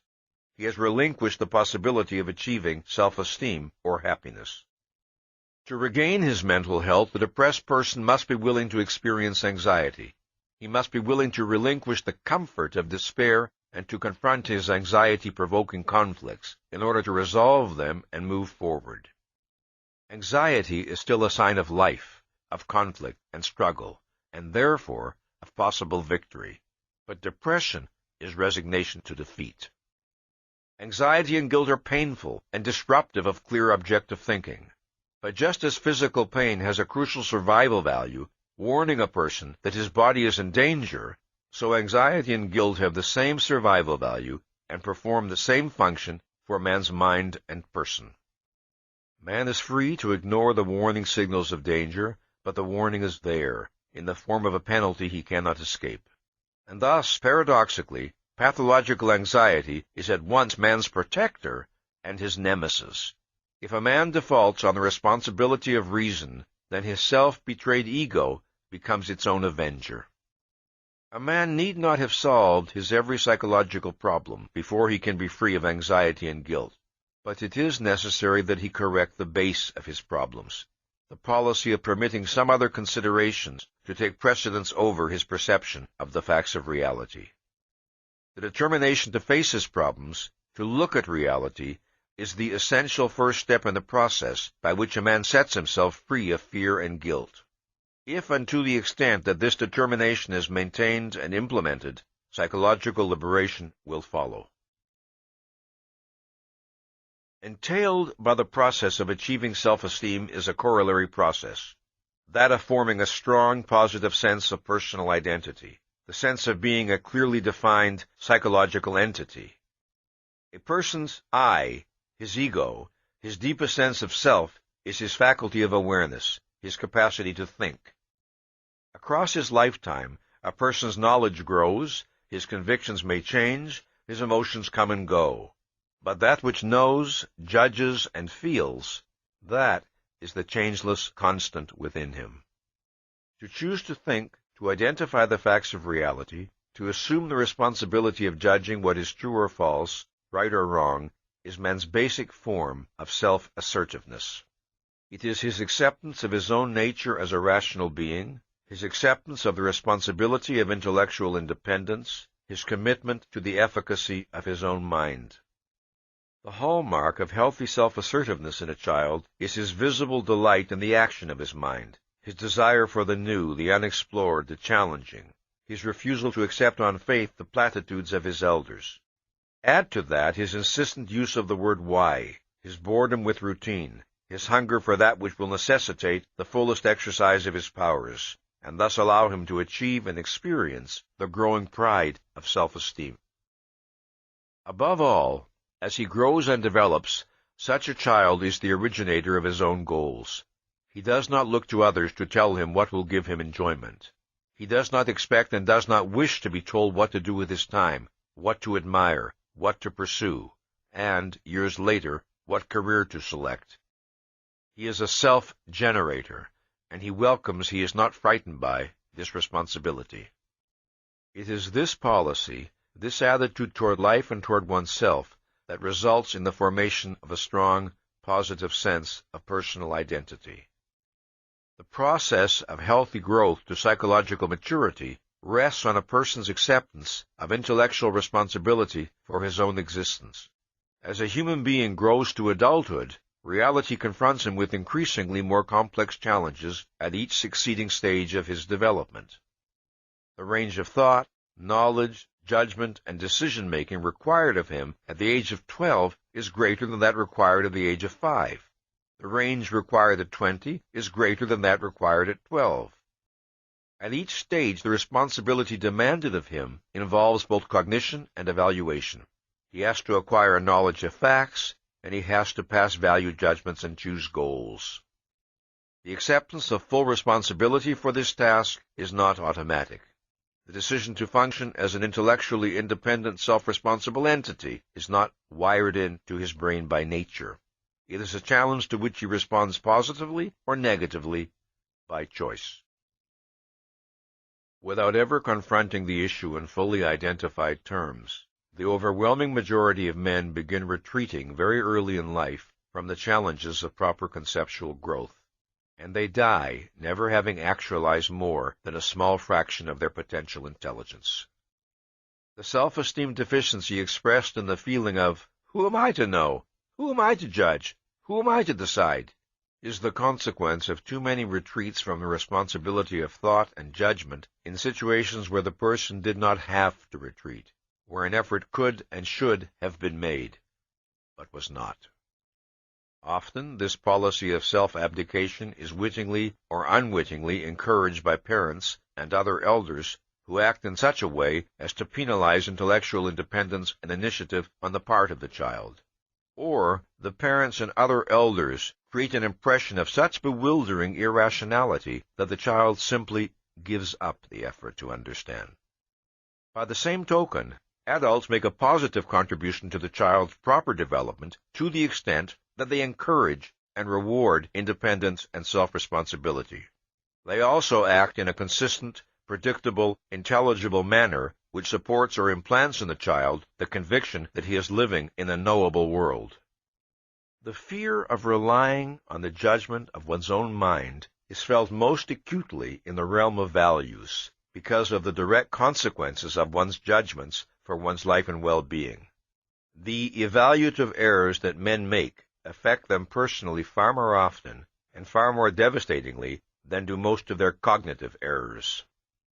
To assume responsibility for choosing the values that guide one's life, the principles by which to act, the goals in which to seek happiness, to make such judgments alone, relying solely upon one's own reason and understanding, is to practice the ultimate form of intellectual independence, the one most dreaded by the overwhelming majority of men.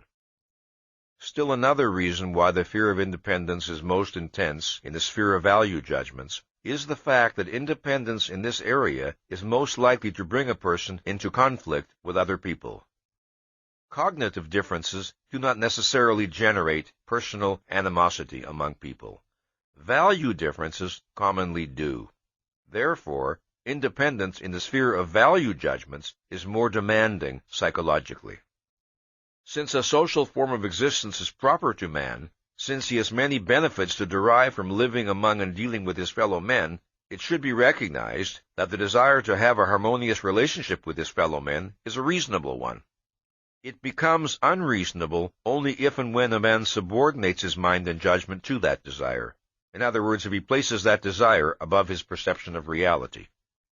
For some persons who dread intellectual self-reliance, there is still another motive involved. The process of rational thought and judgment is necessarily a process that a man performs alone. Men can learn from one another, but they cannot share the act of thinking. It is a solitary process, not a social one. There are men who dread independent thought and judgment precisely for this reason. It makes them aware of their separateness as living entities. It makes them aware of the responsibility they must bear for their own existence. It forces them to face their own being, and thus to confront the terror of their own state of non-being. To think, to judge, to choose one's values, is to be individuated, to create a distinct, personal identity. But there are many people who, in their deepest emotions, do not want personal identity, however much they may scream to their psychiatrists that they are tormented by a sense of inner emptiness. This psychology represents the most profound form of rebellion against one's nature as man, the attempt to escape the responsibility of being human. Fear of intellectual independence can exist in various degrees of intensity. What are its consequences when it is the dominant element in a person's psychology? There is no escape from the facts of reality, no escape from man's nature or the manner of survival his nature requires. Every living species that possesses awareness can survive only by the guidance of its consciousness. If a person rejects his distinctive form of consciousness, If he decides that thinking is too much effort, or that choosing the values needed to guide his actions is too frightening a responsibility, then, if he wants to survive and to function in the world, he can do so only by means of the minds of others. He can do so only by means of their conclusions, their judgments, their values. He knows, consciously or subconsciously, that he does not know what to do and that knowledge is required to make decisions in the face of the countless alternatives that confront him every day of his life. But others seem to know how to live and function. So the only way to exist, he feels, is to follow their lead and live by their knowledge. They will spare him the effort and the risk. He does not begin by choosing to be an intellectual dependent. He begins by failing to assume the responsibility of thinking and judging on his own. Then he is forced into the position of a dependent. A person of self-esteem deals with reality, with nature, with an objective universe of facts. He holds his mind as his tool of survival and develops his ability to think. But the psychoepistemological dependent lives not in a universe of facts, but a universe of people. People, not facts, are his reality. Reality is reality as perceived by them. It is on them that his consciousness must focus. It is they who he must understand, or please, or placate, or deceive, or maneuver, or manipulate, or obey. To grasp and successfully to satisfy the expectations, conditions, demands, terms, values of others is experienced by him as his deepest, most urgent need. The temporary diminution of his anxiety, which the approval of others offers him, is his substitute for self-esteem. This is the phenomenon that I call social metaphysics. Remember that metaphysics is one's view of the nature of reality. To the psychoepistemological dependent, reality is people. In his thinking, people occupy the place which, in the mind of a rational person, is occupied by reality. Social metaphysics, then, is the psychological syndrome that characterizes a person who holds the minds of other people, not objective reality, as his ultimate frame of reference. Since the social metaphysician's pseudo-self-esteem rests on his ability to deal with the world as perceived by others, his fear of disapproval or condemnation is the fear of being pronounced inadequate to reality, unfit for existence, devoid of personal worth. In order to belong with others, the social metaphysician is willing to belong to them. Since, however, he is seeking a manner of survival improper to man by nature, he condemns himself to chronic insecurity and to a fear of other men that is profoundly humiliating. The nature of his humiliation and fear, however, are seldom identified by him, because he would find it too degrading. Most often he seeks to protect his pseudo-self-esteem by evading the humiliation and rationalizing the fear. Such men, prompted by a fear they dare not acknowledge and so cannot overcome, invent non-existent dangers or grossly exaggerate minor ones, betray their own minds, sell out whatever authentic rationality they possess, and they acquire a vested interest in believing that men are unavoidably evil, that human existence is evil, that the good has no chance on earth. Consider the case of a successful playwright who selects some important theme as the subject of a play, a theme deserving a serious, dramatic presentation, and then realizes that his viewpoint will antagonize a great many people. He decides, therefore, to write the play as a comedy, making good-natured fun of the things he regards as evil, counting on his humor to prevent anyone from taking his view seriously and being offended or antagonized. He does not tell himself that he dreads to be regarded as unfashionable. Instead, he tells himself that serious plays dealing with controversial ideas are non-commercial. But he cannot entirely elude the knowledge that he has sold out the motive that prompted his desire to write the play in the first place. So, he retaliates against his discomforting sense of moral uncleanliness by cursing the stupidity and bad taste of the masses. To the extent that men irrationally surrender to fear, they increase the power of fear over their lives. More and more things acquire the power to invoke fear in them. Their self-confidence diminishes, and their sense of danger grows. With every surrender to the consciousness of others, with every successive betrayal, the social metaphysician's sense of alienation from reality worsens, and his sense of impotence finds confirmation. There are many different types of social metaphysicians. The following traits, however, are common to all: the absence of a firm, unyielding concept of existence, facts, reality, as apart from the judgments, beliefs, opinions, feelings of others; a sense of fundamental helplessness or impotence, a feeling of metaphysical inefficacy; a profound fear of other people, and an implicit belief that other people control that unknowable realm, reality; a pseudo-self-esteem that is tied to and dependent on the responses of the significant others; and a tragic or malevolent sense of life, a belief that the universe is essentially inimical to one's interests. The most fundamental of these traits, the one that makes all the others inevitable, is the absence of a firm, independent sense of objective reality. This is the vacuum that is filled by the consciousness of others, and this is the void that is responsible for that desolate feeling of alienation which is every social metaphysician's chronic torture.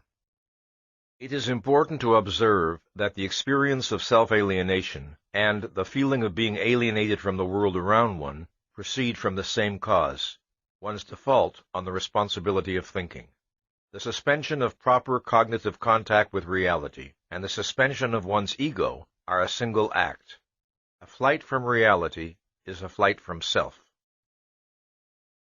The most common and easily identifiable type of social metaphysician is the person whose values and view of life are a direct reflection and product of his particular culture or subculture.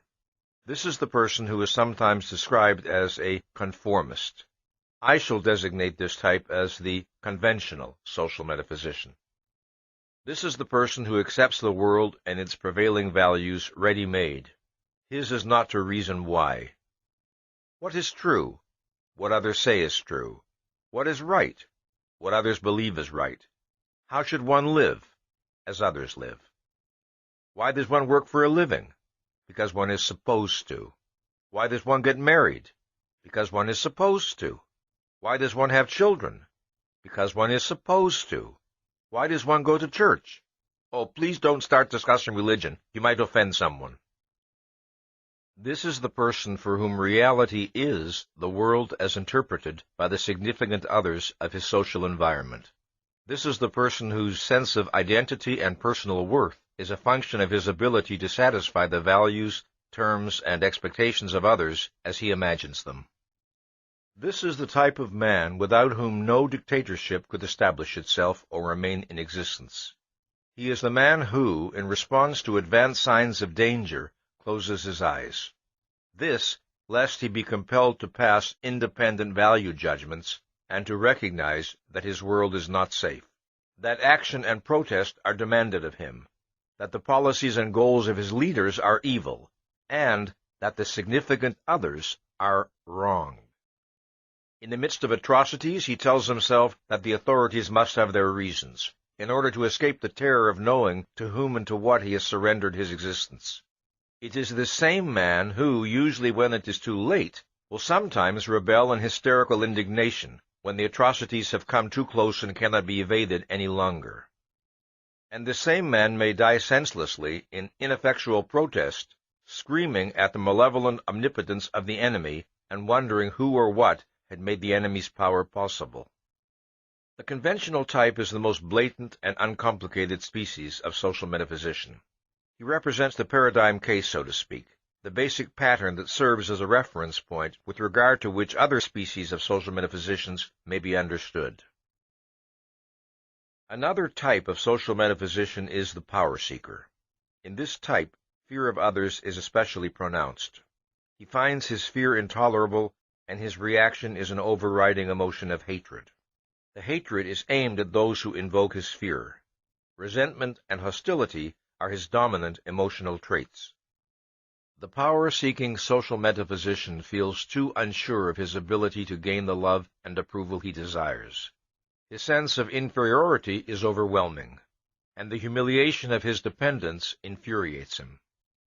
He longs for an escape from the uncertainty of free market social metaphysical competition, where he must win men's voluntary esteem. He wants to deceive, to manipulate, to coerce the minds of others, to leave them no choice in the matter. He wants to reach a position where he can command respect, obedience, love. As an example, consider King Frederick Wilhelm of Prussia, who would beat his subjects while shouting at them, "You must not fear me, you must love me." This is the psychology of any dictator, from Hitler to Stalin to Khrushchev to Castro to Mao. Fear is the emotion which power-seeking social metaphysicians understand best. The absence of fear in any person they deal with robs them of their delusion of efficacy. Their sense of personal identity tends to evaporate in such a person's presence. Faced with the question, "What am I to do with my life?" or "What will make me happy?" the conventional social metaphysician seeks the answer among the standard values of his culture: respectability, financial success, marriage, family, professional competence, and so on. Faced with the question, "How am I to make my existence endurable?" the power-seeking social metaphysician seeks the answer in aggressive and destructive action aimed at the external object of his fear, other people. Consider next the psychology of what I call the spiritual social metaphysician. This type does not seek to please and placate people in the manner of a conventional social metaphysician, or to gain power over them like a power seeker. This type often does virtually nothing at all. His chief virtue, he proclaims or implies, is that he is too good for this world. He must not be expected to conform to conventional standards. He must not be expected to achieve anything tangible. His friends and acquaintances must love and respect him, not for anything he does, but for what he is.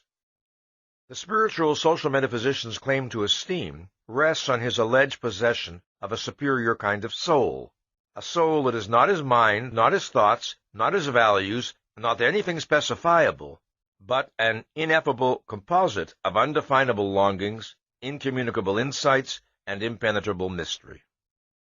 If and when he fails to receive the acceptance and esteem he craves, he explains to himself that people are not fine enough to appreciate the real him. He may even prefer to be alone, to avoid people, the better to dream undisturbed about how he would be admired and loved if only people knew what he was really like deep inside. It should be added that there are moments when the thought of people knowing what he is really like fills him with terror. An overactive fantasy life is often characteristic of this type.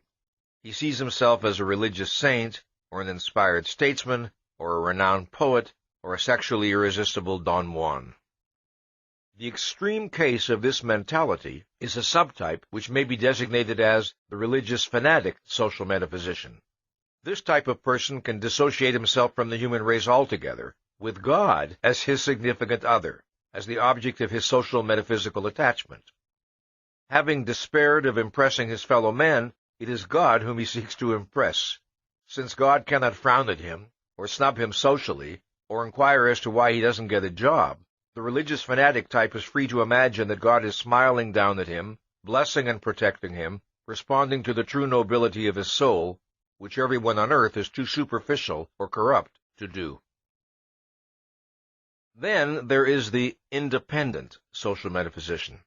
This is the counterfeit individualist, the man who rebels against the status quo for the sake of being rebellious, the man whose pseudo-self-esteem is tied to the picture of himself as a defiant nonconformist. This is the rebel who fulfills his concept of profundity and self-expression by proclaiming that everything stinks. This is the nihilist. This is the hippie. This is the quote-unquote individualist who proves it by scorning money, marriage, jobs, baths, and haircuts. Overwhelmed by feelings of inadequacy in relation to the conventional standards of his culture, this type of person retaliates with the formula, "Whatever is wrong." Overwhelmed by the belief that no one can possibly like or accept him, he goes out of his way to insult people, lest they imagine that he desires their approval. Overwhelmed with humiliation at feeling himself an outcast, he struggles to conquer his sense of non-identity by maintaining that to be an outcast is proof of one's superiority. While he may profess devotion to some particular idea or goal, his primary motivation is negative rather than positive. He is against rather than for. He does not originate or struggle for positive values of his own, he merely rebels against the values and standards of others. This, as if the absence of passive conformity, rather than the presence of independent rational judgment, were the hallmark of self-reliance and spiritual sovereignty. It is by means of this delusion that he seeks to escape the fact of his inner emptiness. There is, finally, a type of social metaphysician that differs in important respects from all the foregoing varieties I have described. I call this type the ambivalent social metaphysician. This is the person who has still preserved a significant degree of intellectual sovereignty. The ambivalent type seldom dares to question the fundamental values of his social environment, but he is often indifferent to these values, paying them only perfunctory respect. In the areas of life to which these values pertain, he does not assert counter-values of his own. He merely withdraws, surrendering those aspects of reality to others. He tends to restrict his activity and concern to the sphere of his work, where his self-reliance and sovereignty are greatest. His superiority to other social metaphysicians is evidenced not only by his greater independence, but also by his desire to earn the esteem he longs for, by his relative inability to find real pleasure in an admiration not based on standards he can respect, and by his tortured disgust at his own fear of the disapproval of others. Among this type one will find men of distinguished achievements and outstanding creative originality, men whose treason and tragedy lie in the contrast between their private lives and their lives as creators. These are the men who have the courage to challenge the cognitive judgments of world figures, but lack the courage to challenge the value judgments of the folks next door. It must be understood that none of the social metaphysical types I have described are intended to represent mutually exclusive categories. Any particular social metaphysician may possess characteristics of several types.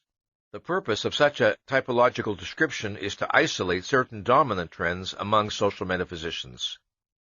The forms that social metaphysics can take are virtually unlimited, but if one grasps the principles involved, one will be better able to understand the appalling consequences to which such social metaphysics leads. It has been barely possible here to hint at those consequences. The full story cannot be told in so brief a discussion, but it is written in blood across the pages of history. Now, let's examine the psychology of sex and romantic love and their relationship to self-esteem.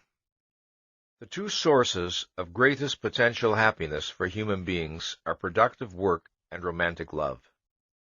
Through the productive use of his mind, man gains control over his existence and experiences the pleasure and pride of efficacy.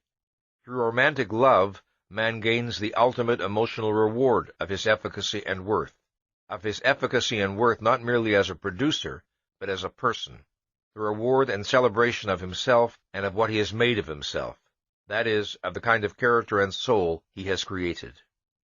The experience of romantic love answers a profound psychological need in people, but the nature of that need cannot be understood apart from an understanding of a wider need, that is, man's need of human companionship, of human beings he can respect, admire, and value, and with whom he can interact intellectually and emotionally. Everyone is aware of the desire for companionship, for someone to talk to be with, to feel understood by, to share important experiences with, the desire for emotional closeness with another human being. What is the nature of the psychological need that generates this desire? I shall begin by giving an account of two events that were crucial in leading me to the answer, because I believe this will help you to understand the issues involved. One afternoon, while sitting alone in my living room, I found myself contemplating with pleasure a large philodendron plant standing against a wall. It suddenly occurred to me to ask, what is the nature of this pleasure? What is its cause? Essential to my enjoyment was the knowledge that the plant was healthfully and glowingly alive. There was the feeling of a bond, almost a kind of kinship, between the plant and me. In the midst of inanimate objects, we were united in the fact of possessing life. Suppose, I thought, one were on a dead planet where one had every material provision to ensure survival, but where nothing was alive. Then suppose one came upon a living plant. surely one would greet the sight with eagerness and pleasure. Why? Because, I realized, all life by its very nature entails a struggle, and struggle entails the possibility of defeat. Man finds pleasure in seeing concrete instances of successful life, as confirmation of his knowledge that successful life is possible. It is, in effect, a metaphysical experience. If such is the value that a plant can offer to man, I wondered, then cannot the sight of another human being offer man a much more intense form of that experience? The next crucial step in my thinking occurred on an afternoon when I sat on the floor playing with my dog, a wire-haired fox terrier named Mutnik. We were boxing with each other in mock ferociousness. What I found delightful and fascinating was the extent to which Mutnik appeared to grasp the playfulness of my intention. She was snarling and snapping and striking back, while being unfailingly gentle in a manner that projected total, fearless trust. The event was not unusual. It is one with which most dog owners are familiar. But a question suddenly occurred to me. Why am I having such an enjoyable time? What is the nature and source of my pleasure? Part of my response, I recognized, was simply the pleasure of watching the healthy self-assertiveness of a living entity. But the essential factor causing my response pertained to the interaction between the dog and myself, the sense of interacting and communicating with a living consciousness. Suppose I were to view Mutnik as an automaton without consciousness or awareness, and to view her actions and responses as entirely mechanical. Then my enjoyment would vanish. The factor of consciousness was of primary importance. Then I thought, suppose I were left on an uninhabited island. Would not the presence of Mutnik be an enormous value to me? Obviously it would. Because she could make a practical contribution to my physical survival? Obviously not. Then what value did she have to offer? Companionship. A conscious entity with whom to interact and communicate as I was doing now. But why is that a value? The answer to this question, I realize, would explain much more than the attachment to a pet. Involved in this issue is the psychological principle that underlies man's desire for human companionship. It is the principle that would explain why a conscious entity seeks out and values other conscious entities, why consciousness is of value to consciousness. When I identified the answer, I called it the Mutnik principle, because of the circumstances under which it was discovered. Now let us consider the nature of this principle. My feeling of pleasure in playing with Mutnik contained a particular kind of self-awareness.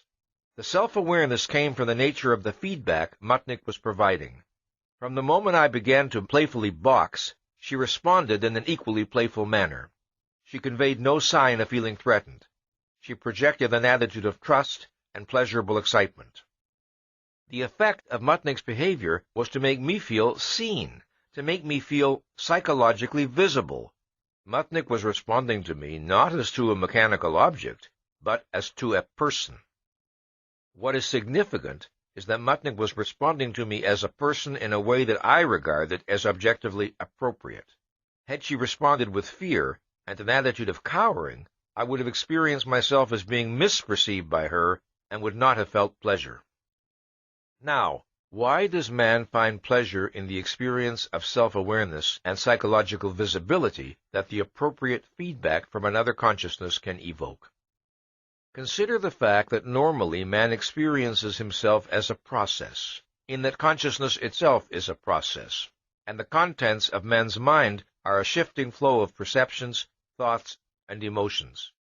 His own mind is not an unmoving entity which man can contemplate objectively, as he contemplates objects in the external world. He has, of course, a sense of himself, of his own identity, but it is experienced more as a feeling than a thought. A feeling which is very diffuse, which is interwoven with all his other feelings, and which is very hard, if not impossible, to isolate and consider by itself. His self-concept is not a single concept, actually, but a cluster of images and abstract perspectives on his various real or imagined traits and characteristics, the sum total of which can never be held in focal awareness at any one time. That sum is experienced, but it is not perceived as such. When a man stands before a mirror, he is able to perceive his own face as an object in reality, and he finds pleasure in doing so, in contemplating the physical entity who is himself. There is a value in being able to look and think, "That's me." Is there a mirror in which man can perceive his psychological self, in which, in effect, he can perceive his own soul? Yes. The mirror is another consciousness. Man is able alone to know himself conceptually. What another consciousness can offer is the opportunity for man to experience himself perceptually. To a very small extent, that was the opportunity afforded me by Mutnik. In her response, I was able to see reflected an aspect of my own personality.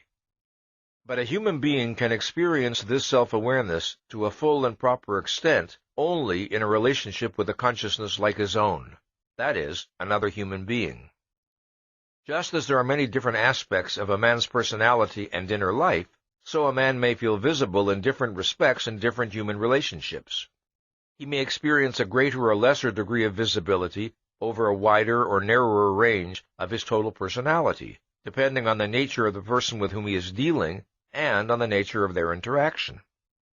The mere fact of holding a conversation with another human being entails a marginal experience of visibility, if only the experience of being perceived as a conscious entity. However, in a close human relationship, with a person one deeply admires and cares for, one expects a far more profound visibility involving highly individual and intimate aspects of one's inner life. A friend, said Aristotle, is another self. It was an apt formulation. A friend reacts to a man as the man would react to himself in the person of another.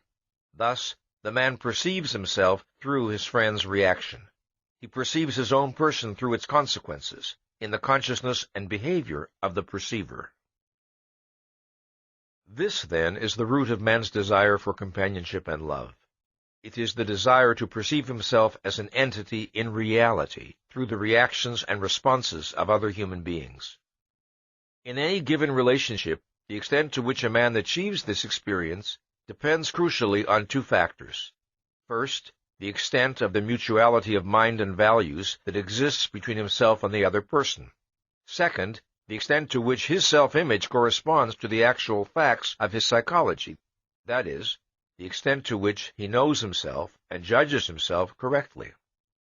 The desire for visibility is usually experienced by men as the desire to be understood by other human beings.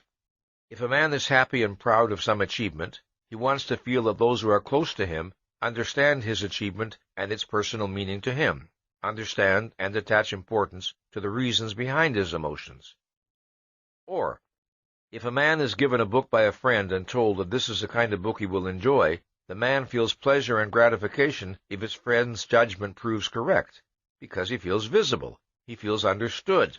Or if a man suffers over some personal loss, it is of value to him to know that his plight is understood by those close to him, and that his emotional state has reality to them. It is not blind acceptance. This must be emphasized. It is not blind acceptance that a normal person desires, nor unconditional, quote-unquote, love, but rather understanding. The great majority of contemporary psychologists regard man, in effect, as a social metaphysician by nature, who needs the approval of others in order to approve of himself.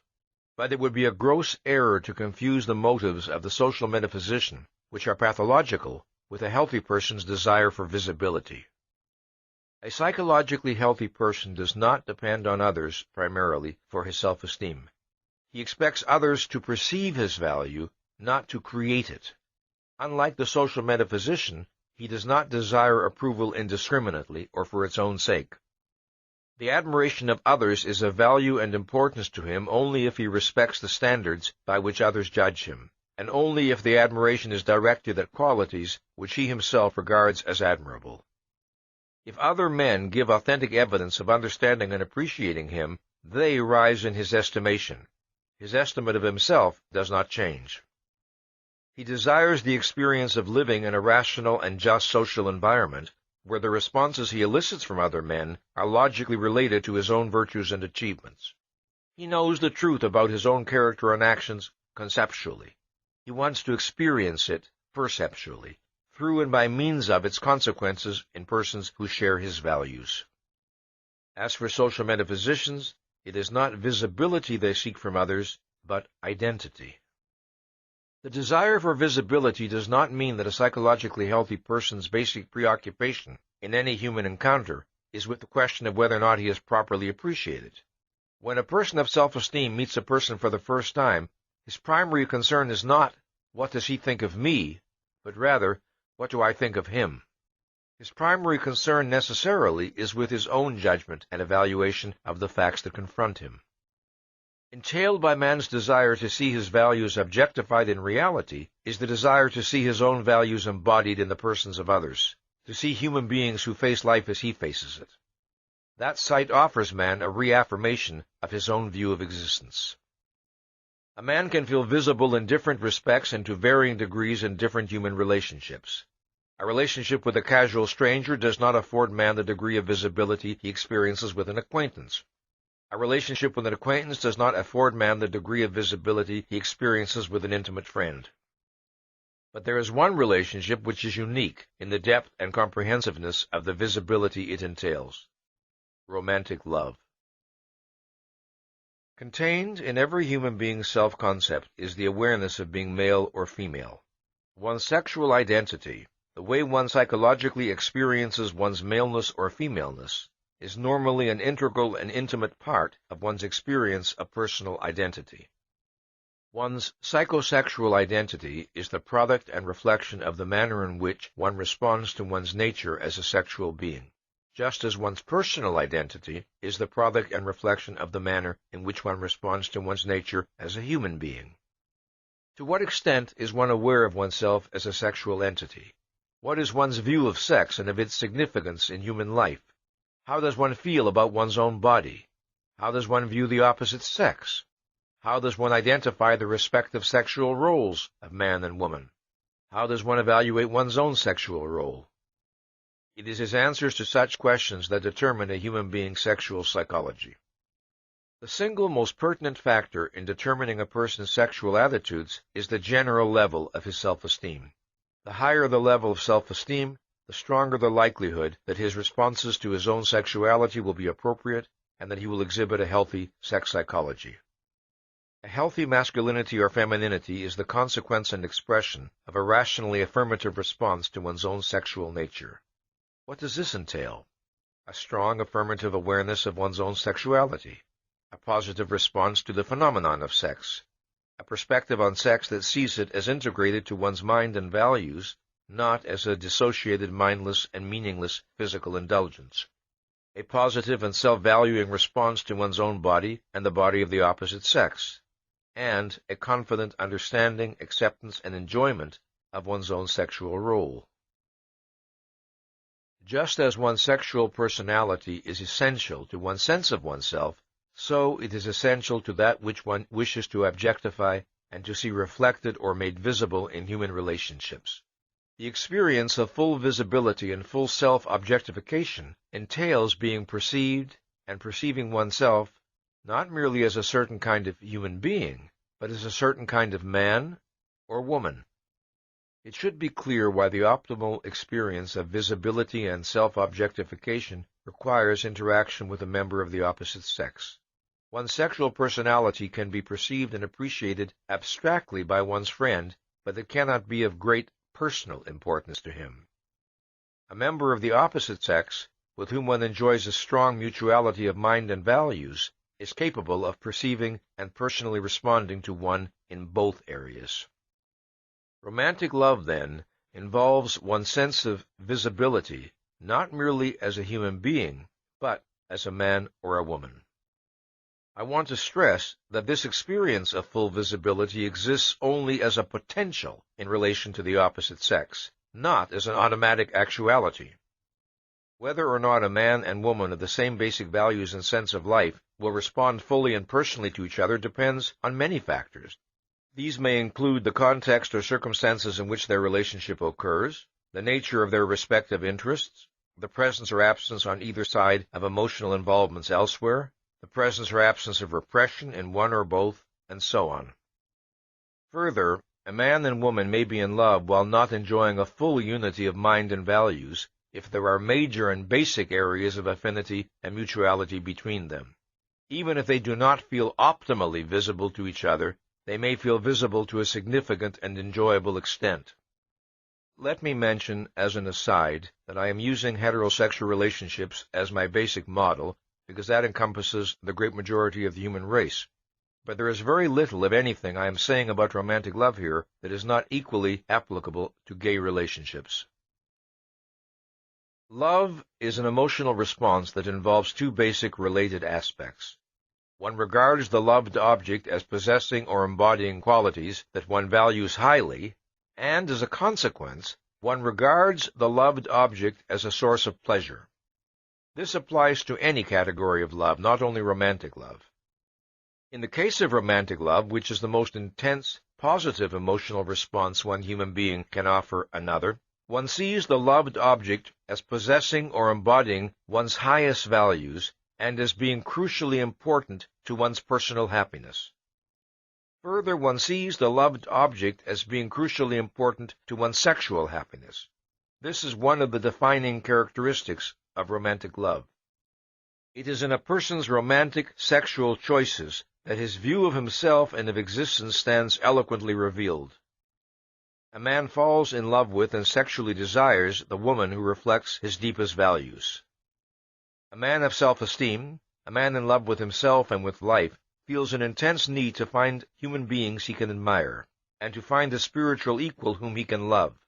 The quality that will attract him most is self-esteem and an unclouded sense of the value of existence. To such a man, sex is an act of celebration. Its meaning is a tribute to himself and to the woman he has chosen, the ultimate form of experiencing concretely and in his own person the value and joy of being alive. The need for such an experience is inherent in man's nature. But if a man lacks the self-esteem to earn it, he attempts to fake it. He chooses his partner subconsciously by the standard of her ability to help him fake it, to give him the illusion of a self-value he does not possess, and of a happiness he does not feel. The same principle, of course, applies to a woman's romantic sexual choices. More than any other relationship, romantic love involves the objectification of one's self-value. Romantic love involves fundamental visibility. The essence of the romantic love response is, I see you as a person, and because you are what you are, I desire you for my sexual happiness. To understand why this is the most profound personal tribute one person can pay another, and why romantic love involves the most intense expression and objectification of one's self-value, we must consider certain facts about the nature and meaning of sex. Of all the pleasures that a person can experience, sex is potentially the most intense. There are other pleasures that can last longer across time, but none that is comparable in strength and intensity. Sex is unique among pleasures in its integration of mind and body. It integrates perceptions, emotions, values, and thought. It offers an individual the most intense form of experiencing his own total being, of experiencing his deepest and most intimate sense of his self. In sex, one's own person becomes a direct, immediate source of pleasure.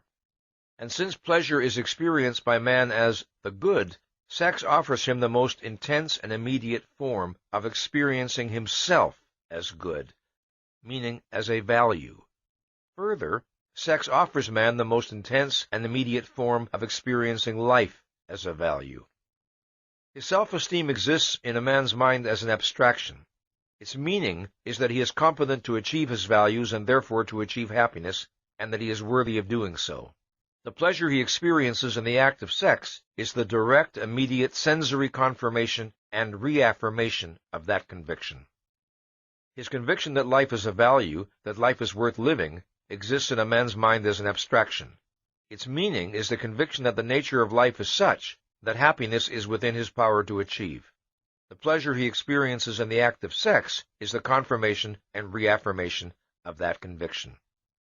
And thus, sex is the ultimate form in which man experiences perceptually that he is good and that life is good.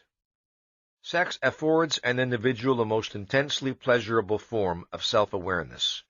In romantic love, when a man and woman project that they desire to achieve this experience by means of each other's person, that is the highest and most intimate tribute a human being can offer or receive. That is the ultimate form of acknowledging the value of the person one desires, and of having one's own value acknowledged. It is in this sense that romantic love involves an intense objectification of one's self-value. One sees that value reflected and made visible in the romantic response of one's partner. A crucial element involved in this experience is the perception of one's efficacy as a source of pleasure to the being one loves. One feels that it is one's person, not merely one's body, that is the cause of the pleasure felt by one's partner. Thus, one sees one's own soul and its value in the emotions on the face of one's partner. If in sex one desires the freedom to be spontaneous, to be emotionally open and uninhibited, to assert one's right to pleasure, and to flaunt one's pleasure in oneself, then the person one most desires is a person with whom one feels freest to be oneself. The person one most desires is the person whom one regards as one's proper psychological mirror, the person who reflects one's deepest view of oneself and of life. That is the person who will allow one to experience optimally the things one wishes to experience in the realm of sex. Most people experience great difficulty in identifying the cause of their romantic sexual choices, not only because most people are poor introspectors, but also because the factors that bring about a romantic attraction between two individuals are enormously complex. I spoke of a mutuality of mind and values, but that's a very wide abstraction. What more specifically does it entail? To answer that question, we must consider a concept that is basic to an understanding of romantic love, the concept of sense of life. A sense of life is the emotional form in which a person experiences his deepest view of existence and of his own relationship to existence. It is the subconsciously integrated sum of a person's broadest and deepest conclusions about the world, about life, and about himself. The formulation of a sense of life begins in early childhood, long before the child is able to think about the world and himself in philosophical terms.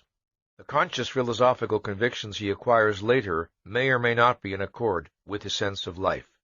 This depends on such factors as how rational he is, how conceptually reflective about his own life, and how well integrated psychologically.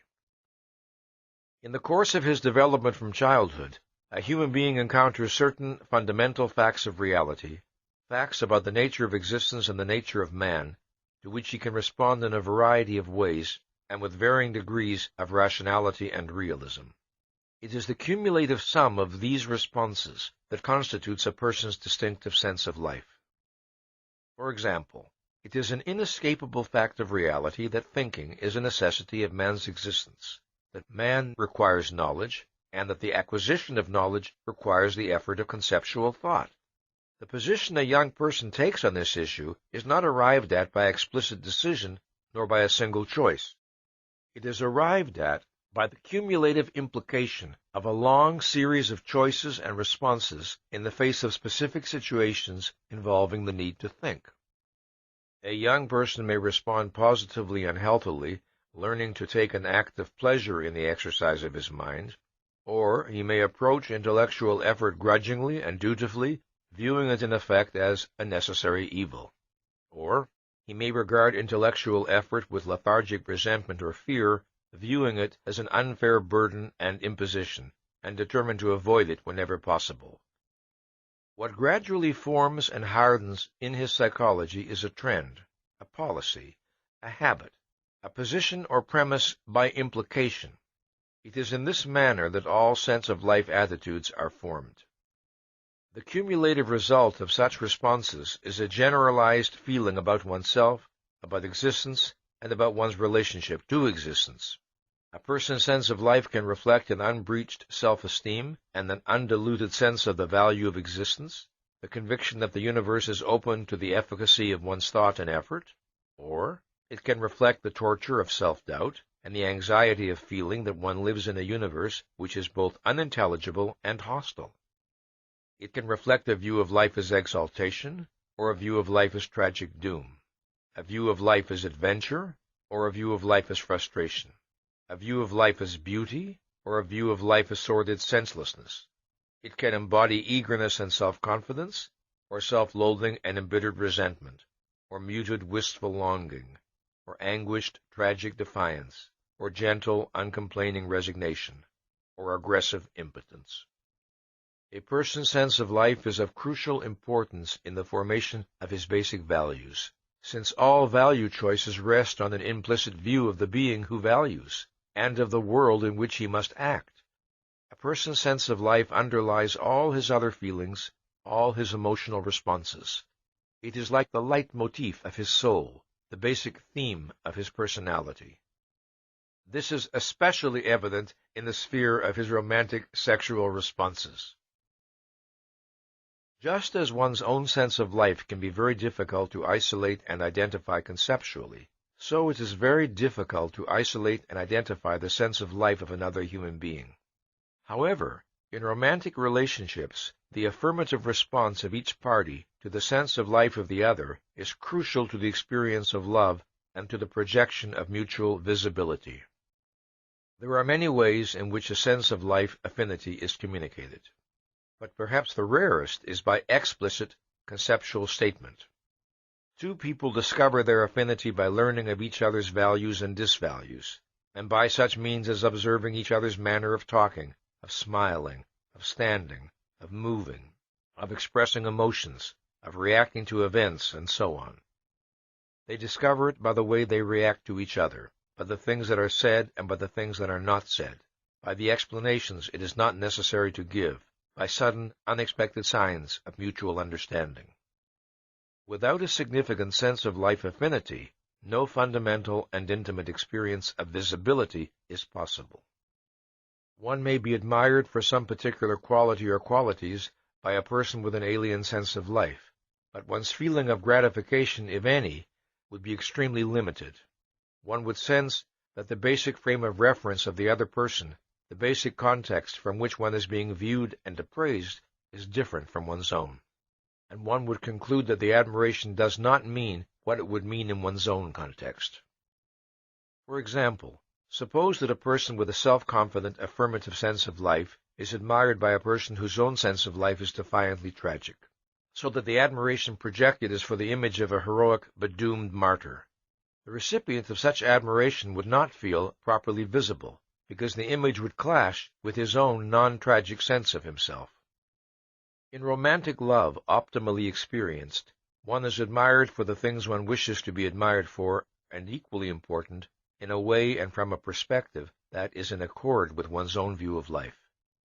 That is full visibility. As a consequence of the fact that a person's sense of life and his avowed philosophy may be inconsistent, and of the fact that a sense of life can be very hard to identify, people are often tempted to feel that love is inexplicable. They feel that it is just there, that it is not susceptible to rational analysis.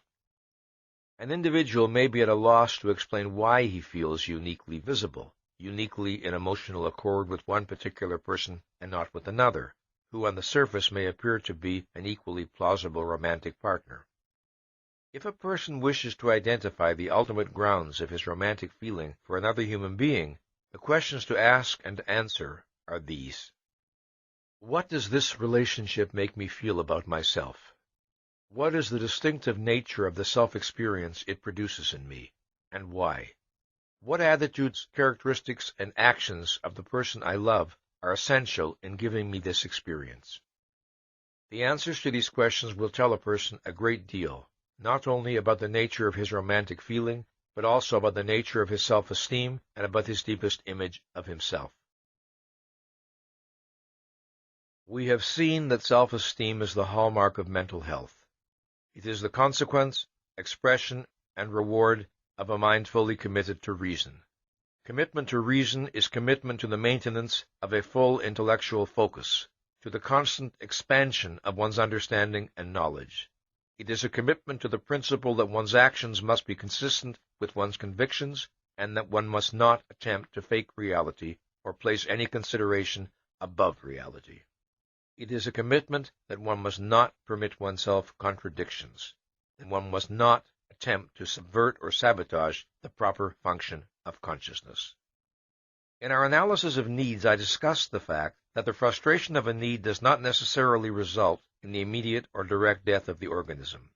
It can result instead in a general lowering of the ability of an organism to function, a diminution of the organism's effectiveness and power. This is applicable to psychological needs in general and to the need of self-esteem in particular. Obviously, people do not normally die from a deficiency of self-esteem, but the extent of that deficiency is the extent of their inability to live and to enjoy life. That ability or inability is measured in terms of a person's capacity to optimize his intellectual and creative potential, to translate that potential into productive achievement, to function effectively and unimpededly on the emotional as well as on the intellectual level, to love and to give objective expression to his love, and to explore the challenges and reap the rewards that human existence offers to man. In order to deal with reality successfully, to pursue and achieve the values which his life and happiness require, man needs self-esteem. He needs to be confident of his efficacy and worth. Anxiety and guilt, the antipodes of self-esteem, and the insignia of mental illness, are the disintegrators of thought, the distorters of values, and the paralyzers of action. When a person of self-esteem chooses his values and sets his goals, when he projects the long-range purposes that will unify and guide his actions, it is like a bridge thrown to the future. It is like a bridge across which his life will pass, a bridge supported